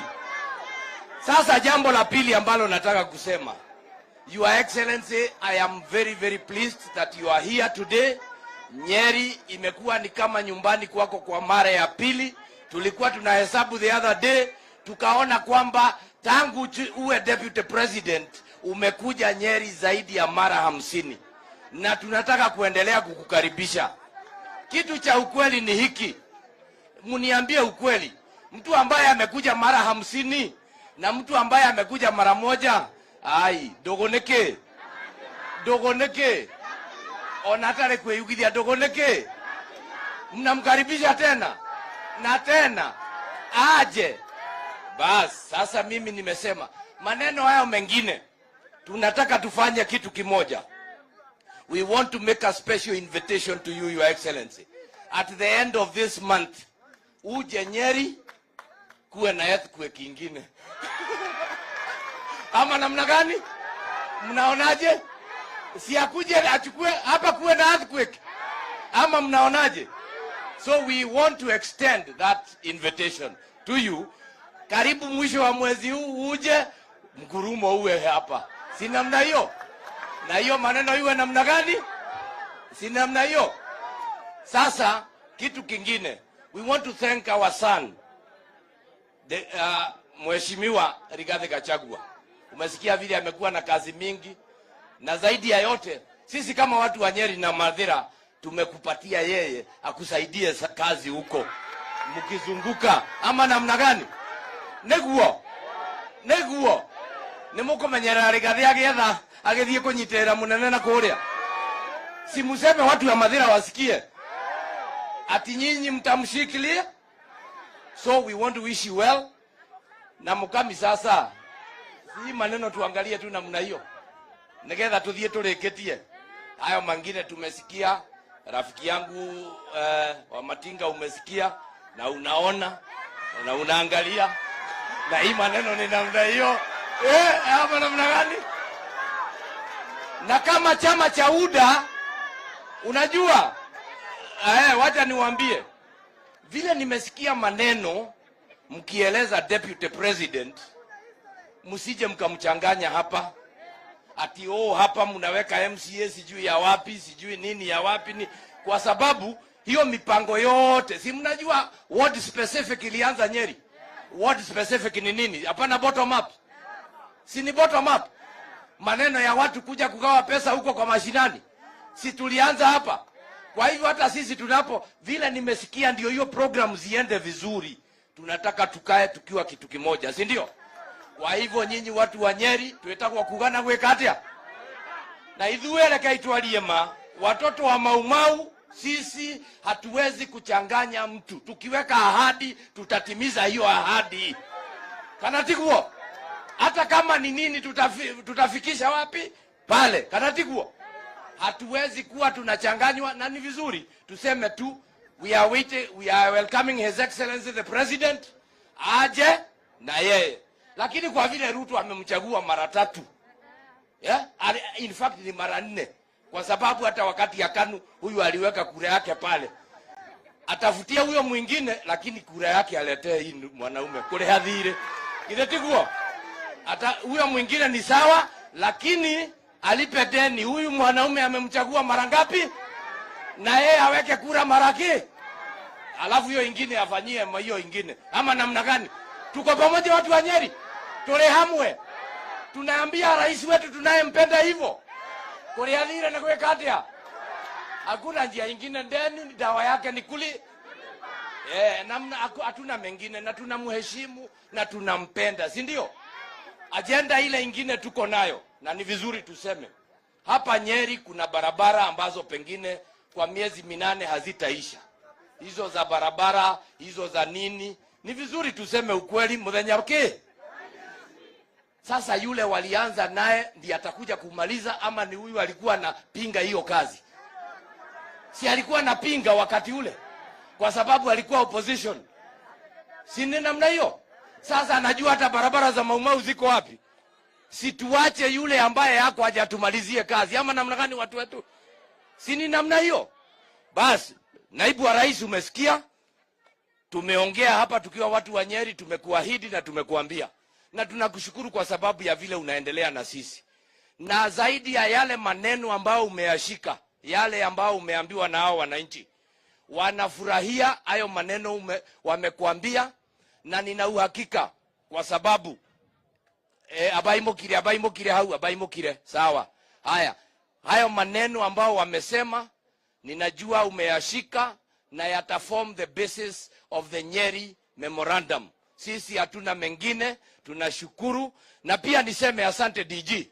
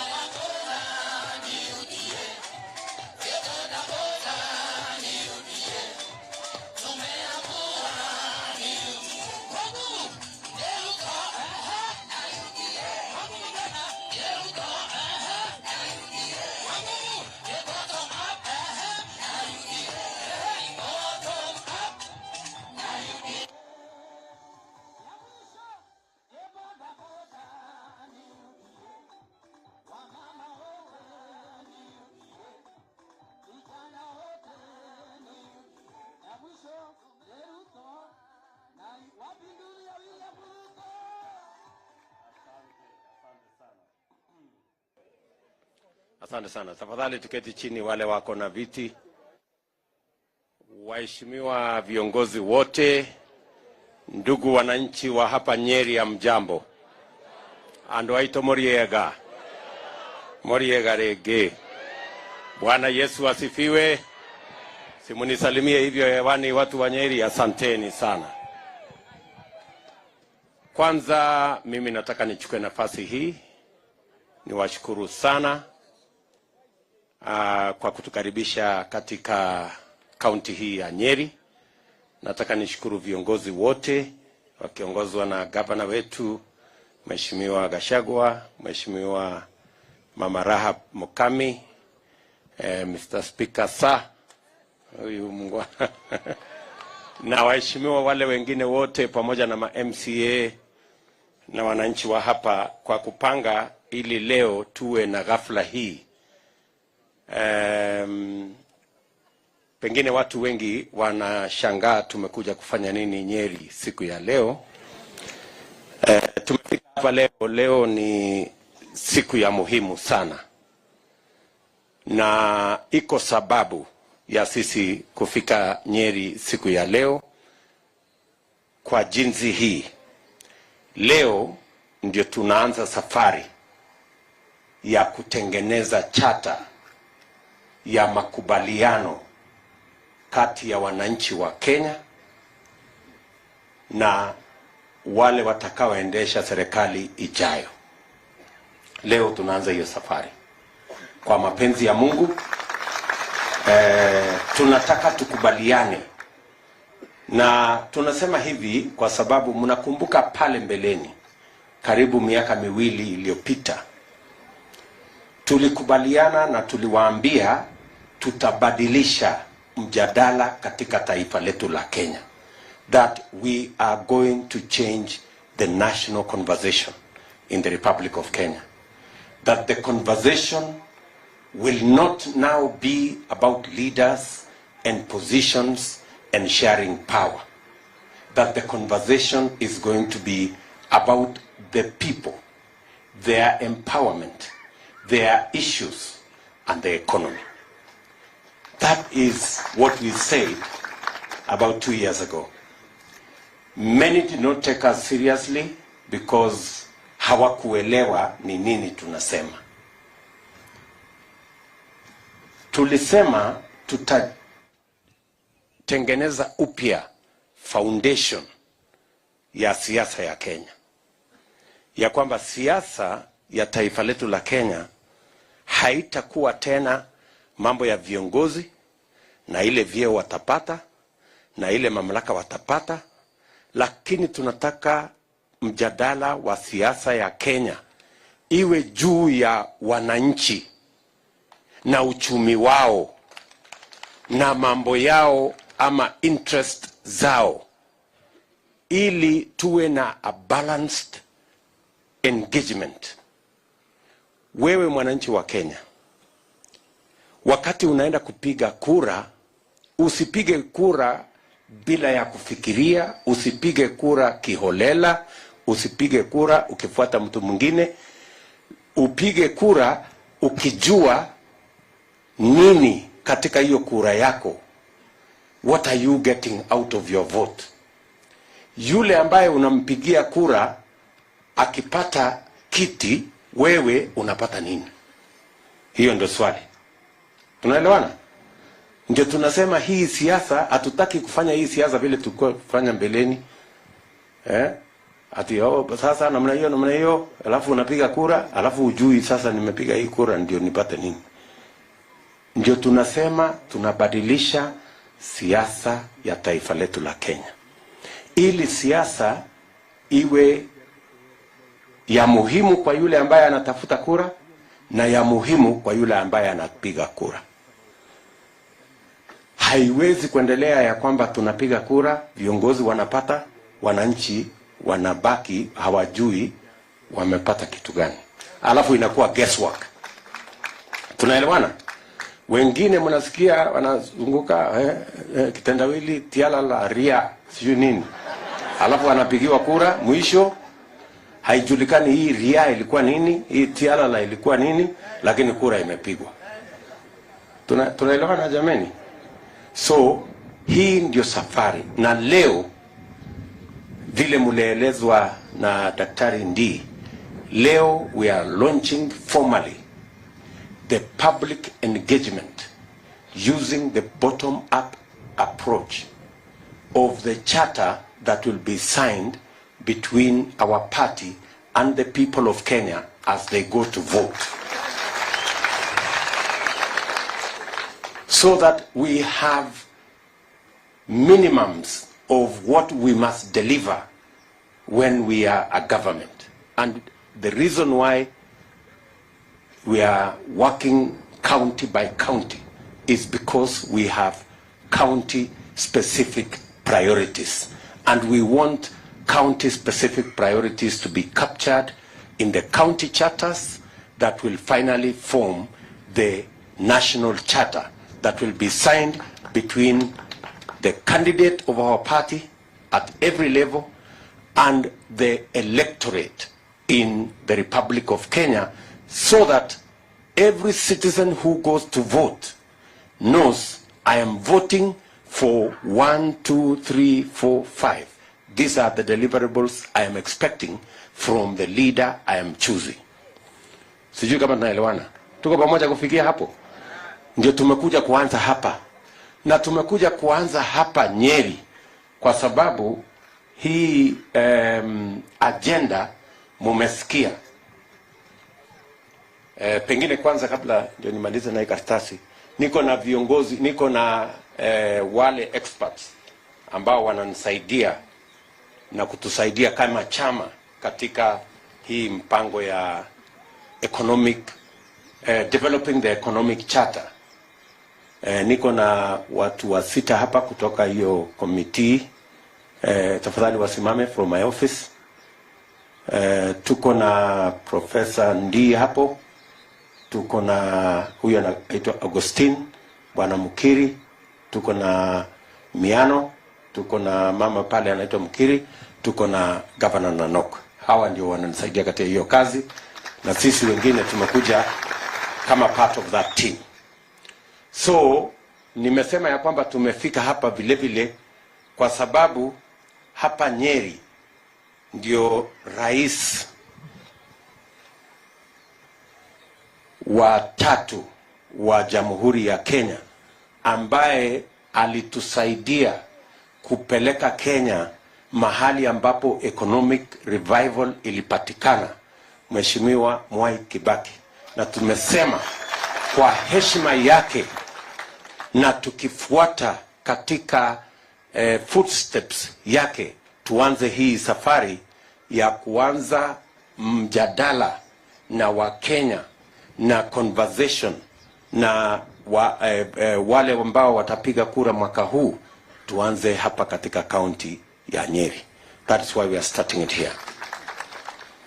Now, nimeandika katika hii kitabu yangu, imefika nusu yale mambo yote mmesema, na niko hapa na watu ambao wananakili yale mambo yote mmesema, na tumeshapanga tayari. Tulianza hii safari karibu mwaka 1.5 iliyopita, wakati tuliketi chini na viongozi na professionals kutoka hapa Mount Kenya. Tumeketi chini na professionals na viongozi kutoka Coast Province.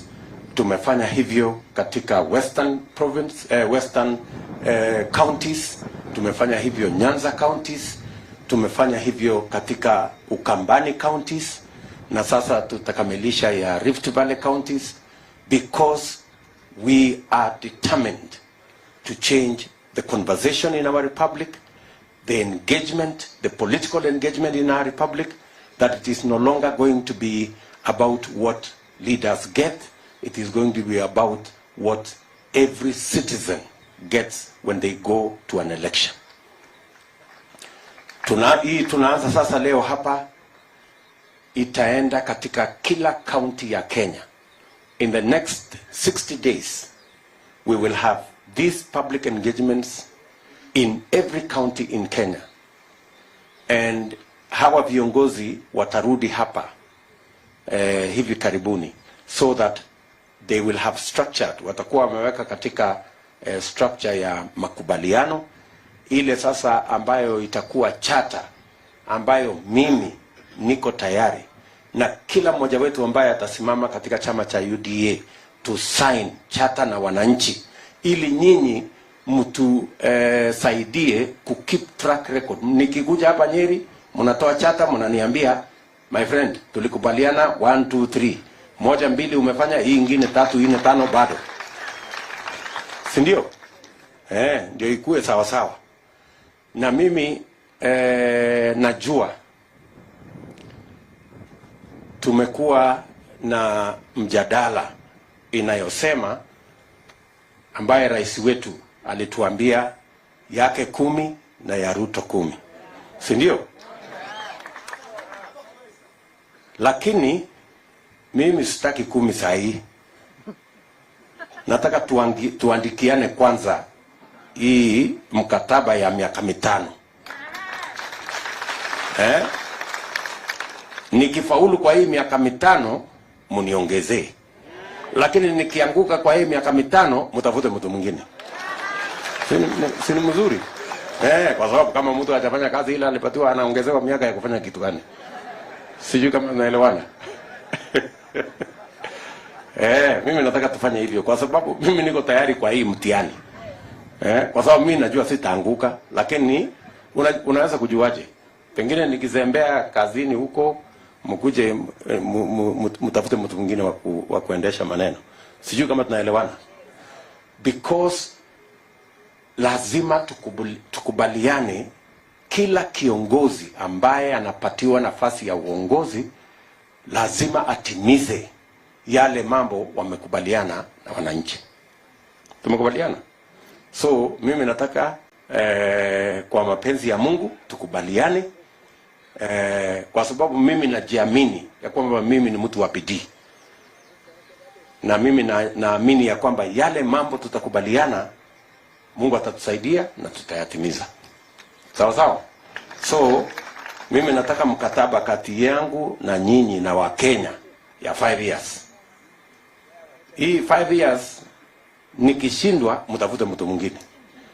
Nikifaulu mniongezee miaka ingine 5 alafu mtapatie mwingine. Sijui kama tunaelewana.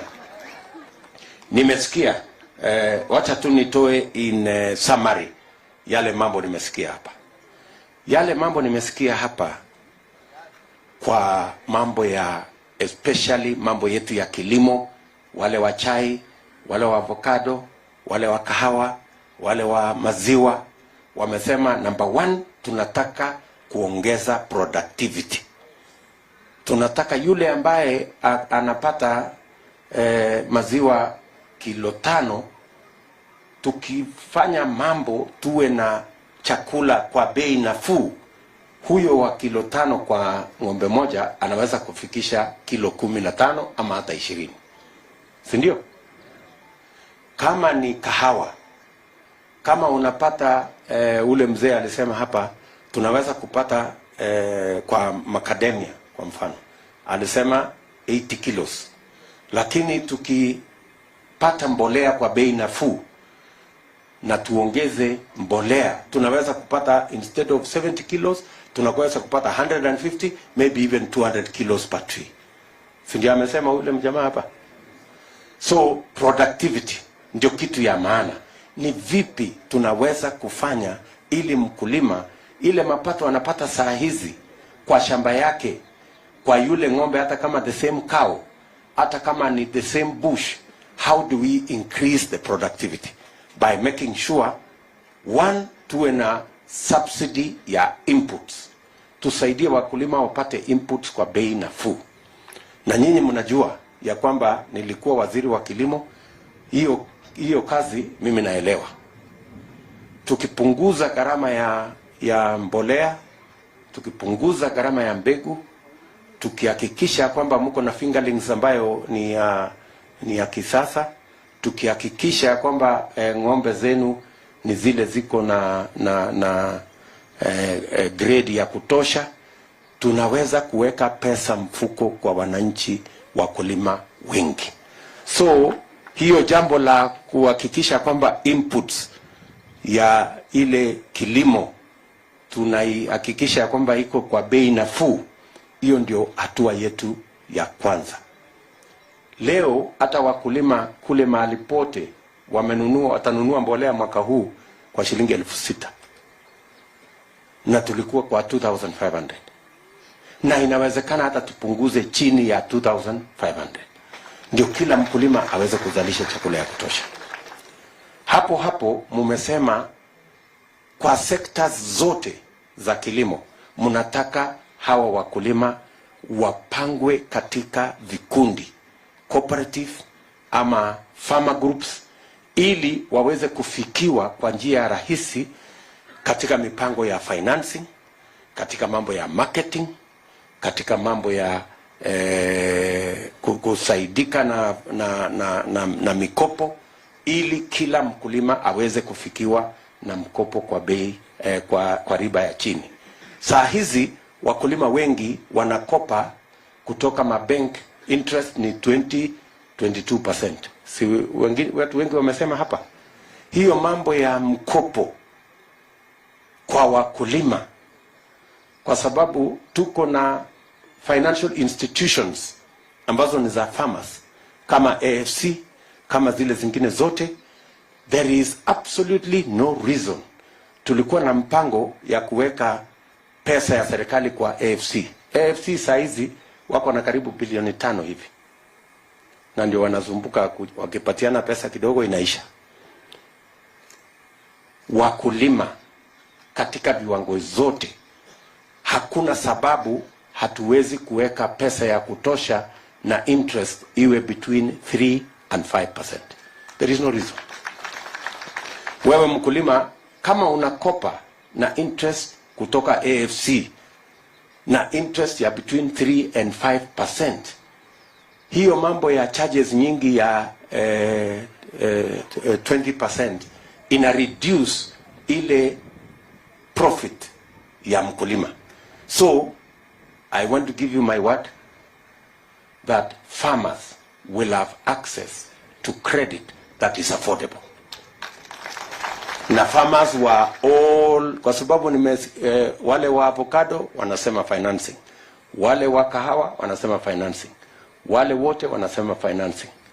Hiyo ndio mpango tuko naye, na tutapanga tuhakikisha kwamba either in cooperatives or SACCOs or institutions that are farmer led, and farmer organized, ndio ile bureaucracy isiingie pale ikatuletea hasara. Jambo la 4, mumesema mambo ya capacity building, extension officers, farmers working with the latest information, ili wasitumie information ya miaka zilizopita, ili wasitumie mbegu ya zamani, ili wasitumie mbinu za zamani, so that the farmers are updated, they know of the latest techniques, of the latest technologies yenye inaweza kusaidia hawa kuimprove their productivity. Vile vile wakulima wa maziwa wamesema ya kwamba wanataka ile management ya maziwa, kwa sababu maziwa ikikamuliwa within 15 or 20 minutes inatakikana iwe imefika mahali yenye iko cold room, yenye iko katika hali ya inaweza kuwa preserved, kwa sababu the quality of milk is very important kwa mambo ya how you can use it in terms of value addition. Mimi nataka niwaambie hivi wakulima wa Nyeri. Mimi nilikuja hapa Nyeri nikawaambia tuko na milk coolers ya watu wa Nyeri, lakini hiyo project iliingiwa na maneno kidogo. Wacha niseme ni shetani iliingia hapo ndani. Lakini we have 35 milk coolers ya watu wa Nyeri, ambaye within the first 100 days zitakuwa zimefika hapa. Within the first 100 days zitakuwa zimefika hapa, because tumesign the contract, kila kitu iko tayari, lakini kuna watu pale katikati, watu wenye ukora, ndio wamezuia hiyo maneno isifike hapa. Na sio ya Nyeri peke yake, tuko na milk coolers 600 ambaye tayari tumepatiwa, lakini kwa sababu ya maneno haijafika. So and we will continuously, alafu sasa tukitoka hapo tuende katika enabling farmers to value add. Kila mkulima mwanze kuongeza dhamana, kwa sababu soko ya maziwa katika Afrika, mimi nataka niwaambie, soko ya maziwa katika Afrika, hii dunia yote, in fact ndio mjue In Africa, Kenya ndio iko na ng'ombe ya maziwa nyingi sana, more than any other country in Kenya, in Africa. Ni mnanielewa? Tunapata lita bilioni 5 kila mwaka. Kwa hiyo lita bilioni 5 on average, ng'ombe ambazo tuko nazo inatoa kilo 3, kilo 4. Lakini tunaweza kuongeza kutoka kilo 3 mpaka kilo 20, which means we can double the amount of milk that we produce in Kenya just by making sure, doing what ule mama alituambia hapa, ya kwamba to manage the cost of feed. The cost of feed. Nyinyi mnajua shida ya the cost of feed. We have thought through it with my economic team. Feed, shida yake kubwa ni kwamba tuna import soya, tuna import sunflower. Hata mimi kwa shamba yangu na import sunflower, na import soya kutoka Malawi. Na hiyo soya na hii vitu yote ambayo tunatumia, including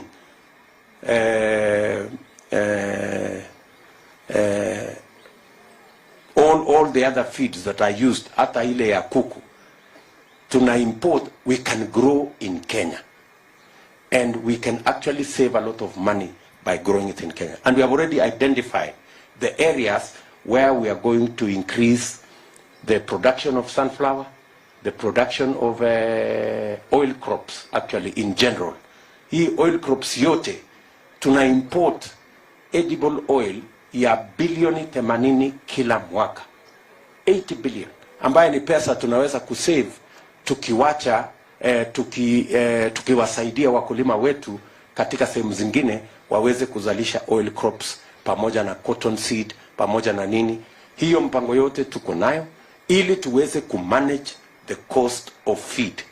Vile mama alikuwa anaitwa nani ule mama? Kuna mama aliongea hapo. No.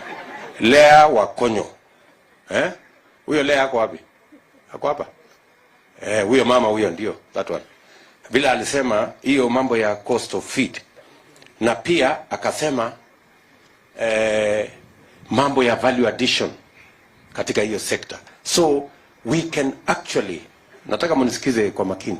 Hii mambo ya maziwa, if we double the production of milk, and it doesn't require rocket science, na tuuze, hata tuwache kuuza nyingi, tukiuza hata 3 billion liters, tukiuza 3 billion liters, na tuko na soko kuanzia hapa DRC, hao watu wako na 90 million people, hawana ng'ombe moja. Hii DRC watu ya kuimba hii, kina hii watu ya sijana Kwanda Bongoma nani hawa wa kuimba, na wanafunga suruali wanafungia hapa. Hiyo watu twende tuwauzie maziwa, si ndio? 90 million wako hapo, wengine hapo Congo Brazzaville, wengine hiyo Central Africa yote hiyo mpaka West Africa tunaweza kuwauzia maziwa, kwa sababu saizi wananunua maziwa kutoka Australia, New Zealand, sijui wapi. Na hiyo ni soko yetu ya Afrika. Na tuko na mkataba ya yenye inatupatia ruhusa ya kuuzia hawa, inaitwa Africa Continental Free Trade Area, ambayo Kenya ilikuwa number 1 kusign. So we have the mechanism to be able to sell. Hata tukiuza lita bilioni 3 peke yake kwa hii soko yetu ya Afrika, we will be collecting approximately between 2 and 300 billion shillings every year. In fact, milk will overtake all the exports we have in horticulture, in tea and in coffee, if we just do it right. So wakati mnasikia ule mama Lucy akisema, that is correct. Na hiyo ndio mpango sisi tumepanga na kundi letu hapa. Jambo la tano ambayo nimesikia hapa kwa vile mmesema ni mambo ya soko, the export market ya macadamia, export market ya avocado, hiyo export market yote ya hiyo area, lazima tutumie what we now call of economic diplomacy. Diplomacy si ile ya Cold War ya zamani. Diplomacy ya saizi ni diplomacy ya biashara. Tuko na soko, kwa mfano, wacha mimi niwaeleze. Tuko na soko China ya watu 1.6 billion. Si ndio? Pale nyuma tulikuwa tumekubaliana na rais ya kwamba hii soko ya China lazima tufungue. Na there is a reason why hiyo soko lazima tufungue. Hata tuwe na ambassador sio mmoja, tutafute ambassador 3 waende wakae China. Kazi yao ni kutafuta soko ya mali yetu ya Wakenya. Pale China mimi mwenyewe nimeenda.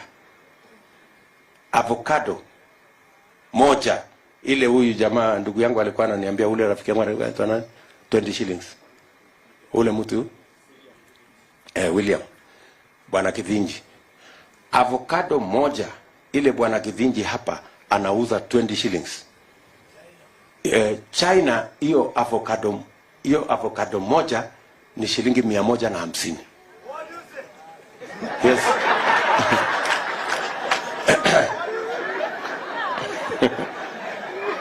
You know? So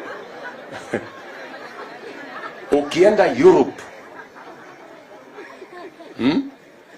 ukienda Europe, avocado moja ni 1 euro. Nyinyi mnanielewa? Which is almost another 140 shillings. So what are we saying? Mnanielewa? So we must open those markets. Kwanza hii soko ya China. Hii soko ya China ndio rahisi. Kwa sababu huyu mtu wa China tayari tuko na deni yake ya bilioni 100. Yes, tunamwambia hakuna njia nyingine ya kulipa hii deni yako. Deni yako, chukua hii avocado, chukua hii na bei ni hii. Tunalipa hii deni haraka.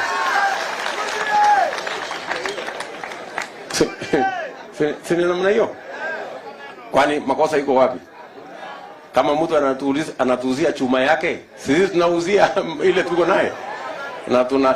Na tunagawana hapo, biashara inaendelea sawa sawa. Ama namna gani? So we have to do that. Na hawa watu wote ambao that's how to balance trade. Tunaelewana? So kama mtu tuko na deni yake ametusaidia kujenga reli na barabara, tunashukuru. Lakini sasa tunamwambia hata na sisi vile tumechukua yako, chukua yetu hii. Quid pro quo. Yani wale lawyers wanasema, yeah, you scratch my back, I scratch yours. Biashara inakuwa rahisi.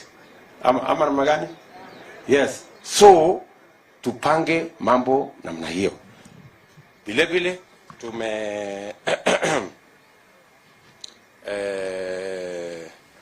mambo ya sako. Na nimeshukuru kuna muungwana mmoja hapa amesema mambo ya sako tuanze kupanga. Tumesema tunataka kila mfanyabiashara, hawa wafanyabiashara wote wameongea hapa, wa saloon, wa kinyosi, wa beba, wa matatu, wa bodaboda, wale wa mama wa soko, mmesema juu ya soko ya hapa Karatina, soko ya hapa Nyeri, soko ya kila mahali, soko ya mama mboga. Sisi tayari tumesema hivi. Na hakuna mtu anataka pesa ya bure. Kuna mtu anataka pesa ya bure hapa? Hakuna mtu anataka pesa ya bure. So tumesema kuanzia mwaka huu, kwa mapenzi ya Mungu, hawa watu ambao ni wa soko, kwanza number 1, lazima tupange vile soko inajengwa yenye iko inatosha. Unajenga soko Karatina, unajenga soko the next market, unajenga so that tupate nafasi nyingi ya mahali watu wanafanya biashara. Watu wasifanye biashara barabarani, wasiuze barabarani, wasiuze kwa mahali ambapo hapafai. Tuhakikisha kwamba kuna soko ya kutosha.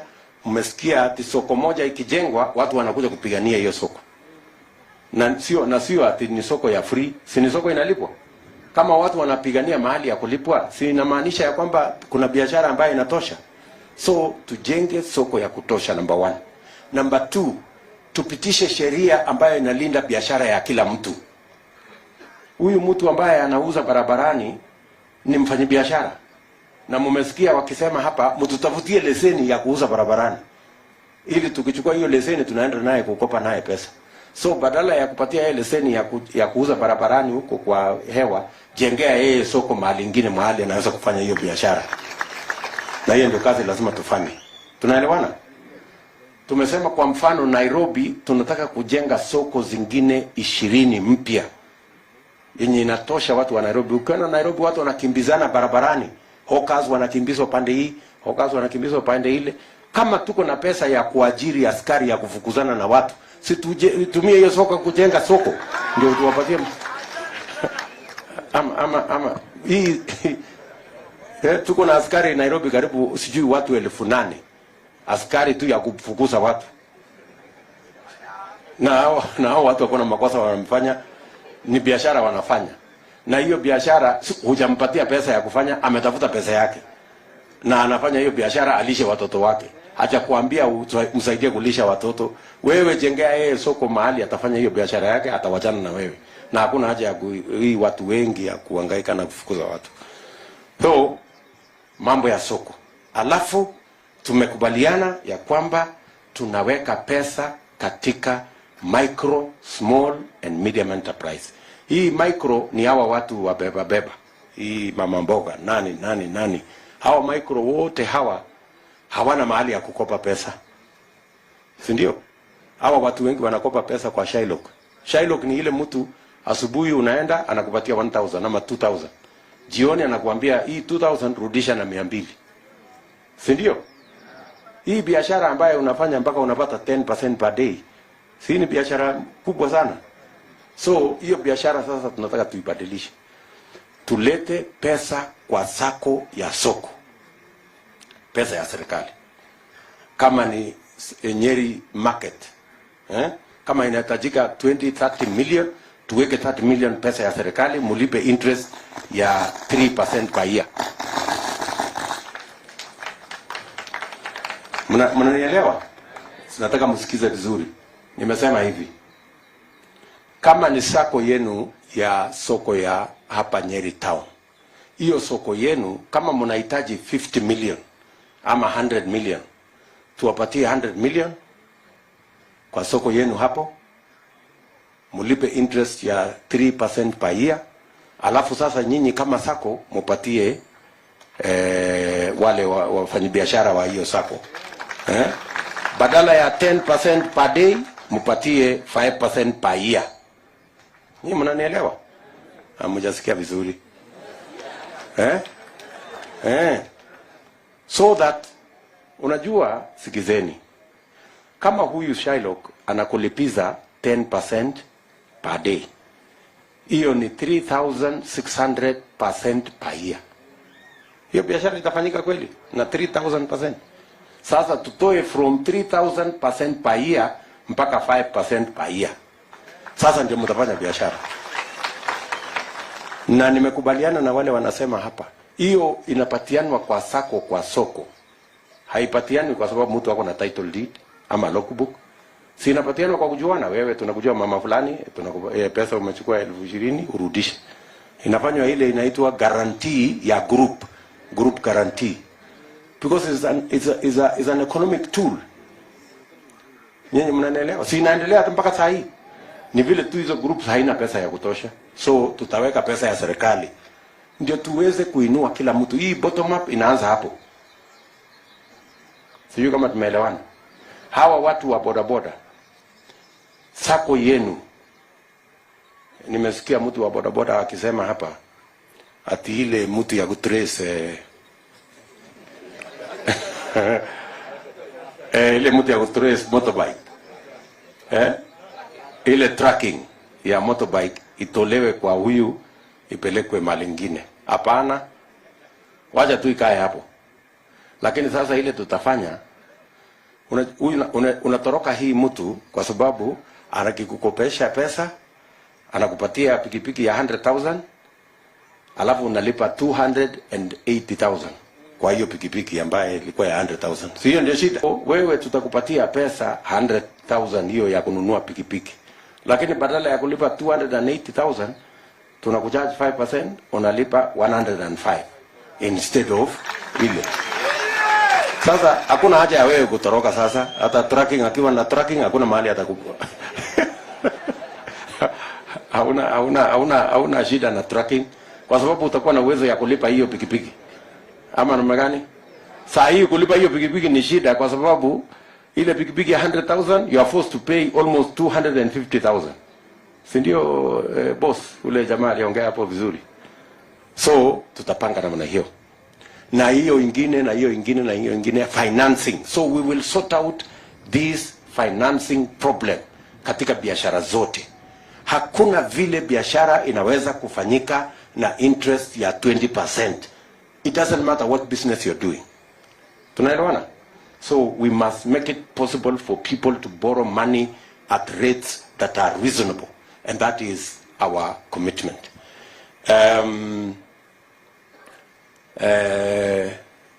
Mtu mmoja pia amesema, nafikiri ule wa bodaboda, kuhusu akienda pale amepata accident, anaulizwa jambo la kwanza, wapi NHIF? Si ndio? And it is good. Mumesikia katika hii mpango yetu tumesema kwa mapenzi ya Mungu tunataka kusort out hii health insurance. Na tumesema hivi, tulikuwa na hiyo mpango ya Big 4. So mnajua tulikuwa na mpango ya Big 4 na moja yao ilikuwa universal health coverage. Sasa tumepitisha sheria juzi ya mambo ya universal health coverage vile tulikuwa tumepanga pale mbeleni. Lakini hiyo sheria tungepitisha 2018. Lakini hatukupitisha 2018 kwa sababu tulikuwa busy na BBI na hii mambo ingine hapa ambayo imetusumbua na bure na rege mingi vile huyo anasema. Time was wasted. Nyinyi mnanielewa? We wasted 4 years kwa mambo ya bure, rege nini. Tukawacha ile mpango tulikuwa naye. Hiyo mpango ikakwama. Sasa juzi about a month ago ndio tumepitisha sheria ya itatusaidia kwa mambo ya universal health coverage.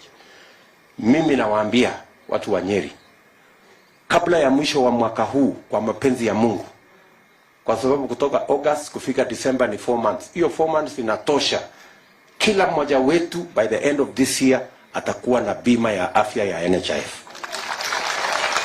Na wale watu ambao hawana uwezo wa kulipa tutawalipia kama serikali. Ili kila mtu aende hospitalini atibiwe na aende nyumbani bila ya kulizwa pesa. Hatutakuwa na maneno vile tuko naye hapa. Ndugu yangu mmoja amesema kuna mtu mgonjwa. Ulisema kuna mtu mgonjwa anahitaji 150,000, nitakupatia saa hii uende utibu huyo mtu. Alikuwa nani huyo? Huyo mjamaa. Anasema hiyo mambo ya huyo mtu mgonjwa. Hiyo mambo ya huyo mtu mgonjwa, hatutakuwa na mambo kama hii ya kusema ati tutafute mtu ya kutulipia. Itakuwa inalipwa na NHIF kwa sababu kila mtu atakuwa na NHIF. Nyinyi mnanielewa? Sikizeni. Mimi nikiongea hii maneno ya NHIF siongei ati kwa sababu mimi sielewi. Nyinyi mnanielewa? Wakati tumechukua serikali, nataka mnisikize. Wakati tulichukua serikali 2013, NHIF ilikuwa inaokota pesa kwa mwaka moja shilingi bilioni 7 billion in 1 year. When we took over in 2013, tukaifanyia maneno, tukaipanga, na kwa sababu tulichukua mtu mmoja alikuwa anaitwa Mahmud ambaye alikuwa amesimama gavana huko, tukamweka pale kama chairman. Tukapanga hiyo NHIF by 2017 mwisho tulikuwa tumefikisha collection, instead of 7 billion tulikuwa tumefikisha 60 billion every year. What did we do? We just changed kidogo. Tukasema kwa sababu tulikuwa tunalipa kila mtu 340. Tukasema wacha tufanye graduated. Kama mapato yako ni kubwa, ulipe kidogo more than ule yako chini. Mnanielewa? Mimi nataka niwaambie, badilisha kidogo the model of contribution, tutaweza kuokota not 60 billion ile tunayokota saa hii, tutaokota between 150 and 200 billion every year, na tutalipa bills ya hospitali ya kila mtu. Hatutakuwa na shida ya kulipa. Na ndio mimi nakubaliana na nyinyi ya kwamba sasa ule mtu ya kitendawili atajua mahali hiyo kazi itafanya, ataelewa hata ilianza wapi, ataelewa ni nini inaendelea. Si ni kutupotezea tu wakati na kuturudisha nyuma, na sio kwa ubaya. Ni vile tu hajui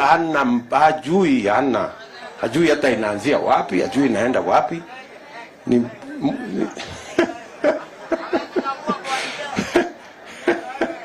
So hatuwezi kubali hiyo maneno. Hii mtu ya maneno huyu mtu tuachane tunaye. Wacha tupange vile Kenya itaenda mbele. Sijui kama tunaelewana. Tuko pamoja watu wa Nyeri?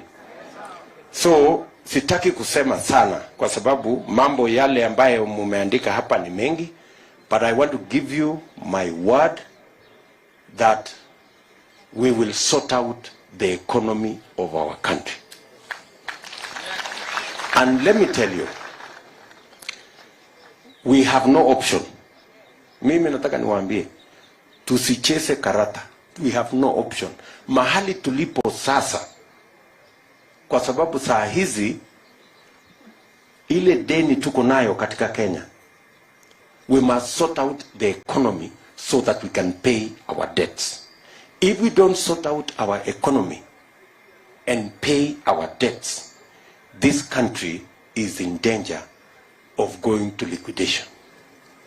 That is the reality. Tusidanganyane. Nyinyi mnanielewa? That is the reality. Lazima to sort out mambo ya uchumi wa taifa letu, tuhakikishe ya kwamba we bring more taxpayers on board, we create a bigger tax base, more taxpayers, so that we can make sure that we can live within our means. Sitaki kusema sana hapo, lakini lazima niwajulishe hiyo maneno. Kila mkulima hapa, kama ni wa maziwa, kama ni wa kahawa, kama ni wa chai, wameuliza jambo moja. Hawataki kilimo iwe kilimo ya karata ya pata potea. Unaenda kulima, hujui kama utapata shilingi 5, kama utapata shilingi 20, kama utapata 50, unaenda tu kwa giza. Sisi tunasema tunataka kuondoa giza kwa kilimo. Mkulima kama hajaenda kwa shamba, ajue minimum ile nitapata kwa maziwa ni shilingi fulani. Minimum ile nitapata kwa kahawa ni kiasi fulani. Minimum ile nitapata kwa hii kilimo ni kiasi fulani. Ndio hata saa ile anakopa pesa, anakopa akipima isipite ile anatarajia kutoka mazao yake. Sijui kama tunaelewana.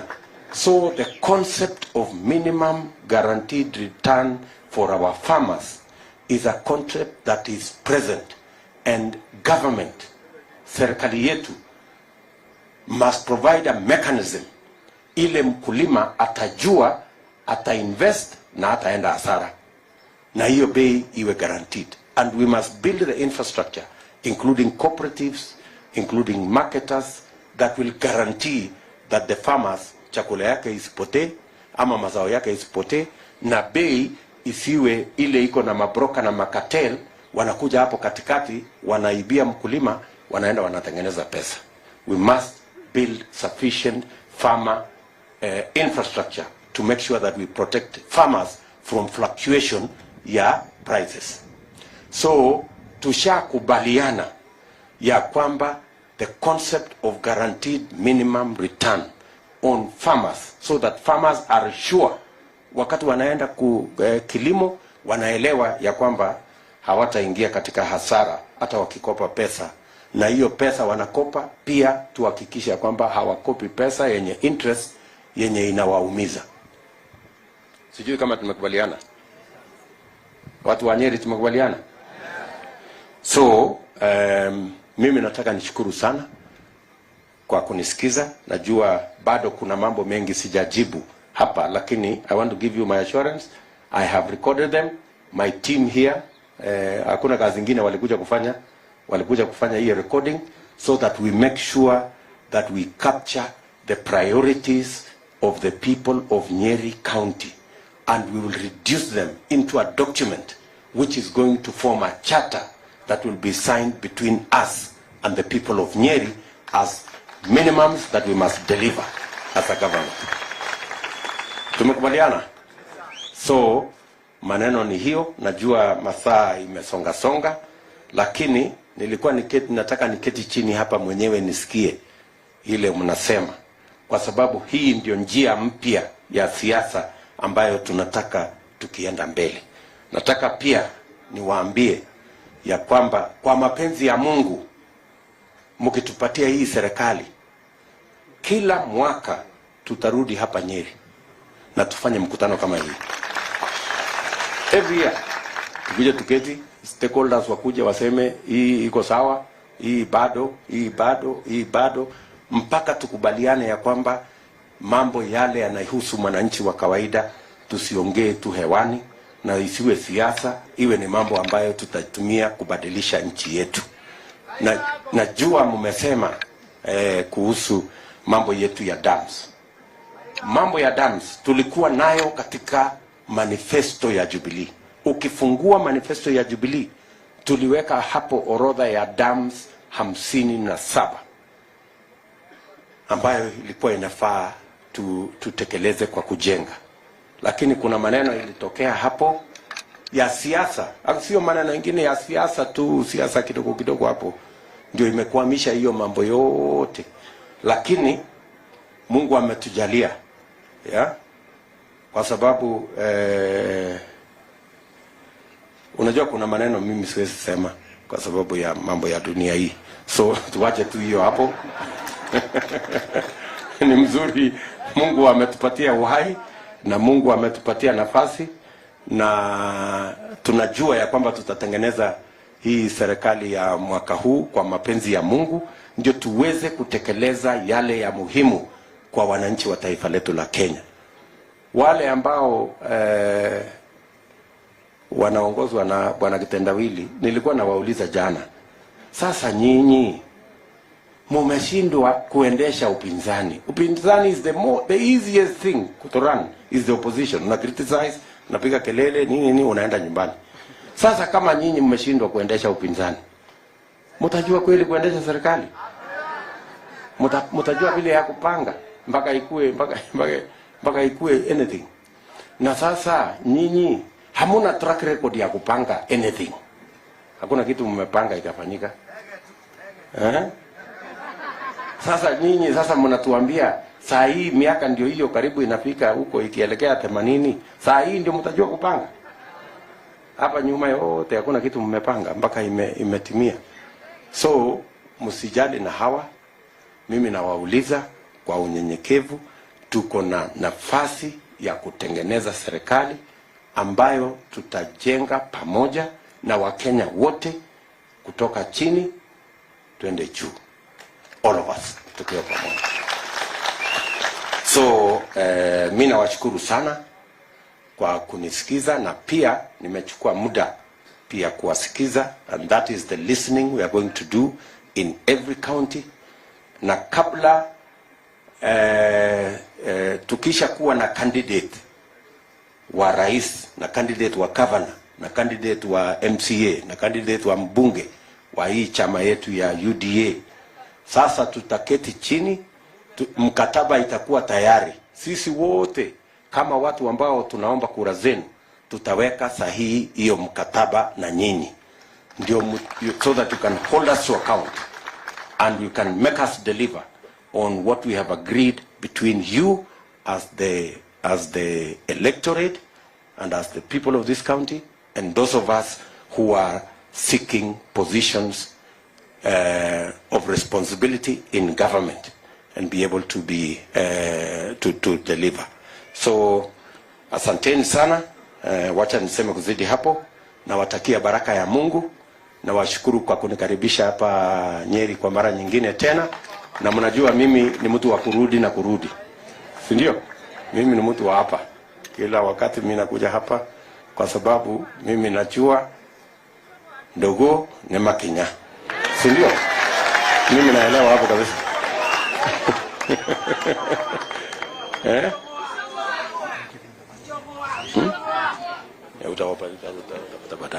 Okay, sasa hapa niko na viongozi wenzangu, sijui tutafanya namna gani. Tuko hapa na viongozi wengi, nafikiri Mama County, so ukuje usimame hapa uwapatie kila mmoja 1 minute tu aseme jina na waketi. Oh, wengine wameongea? Okay. Oh, the only few who have not spoken. Okay. Deputy President Ruhi.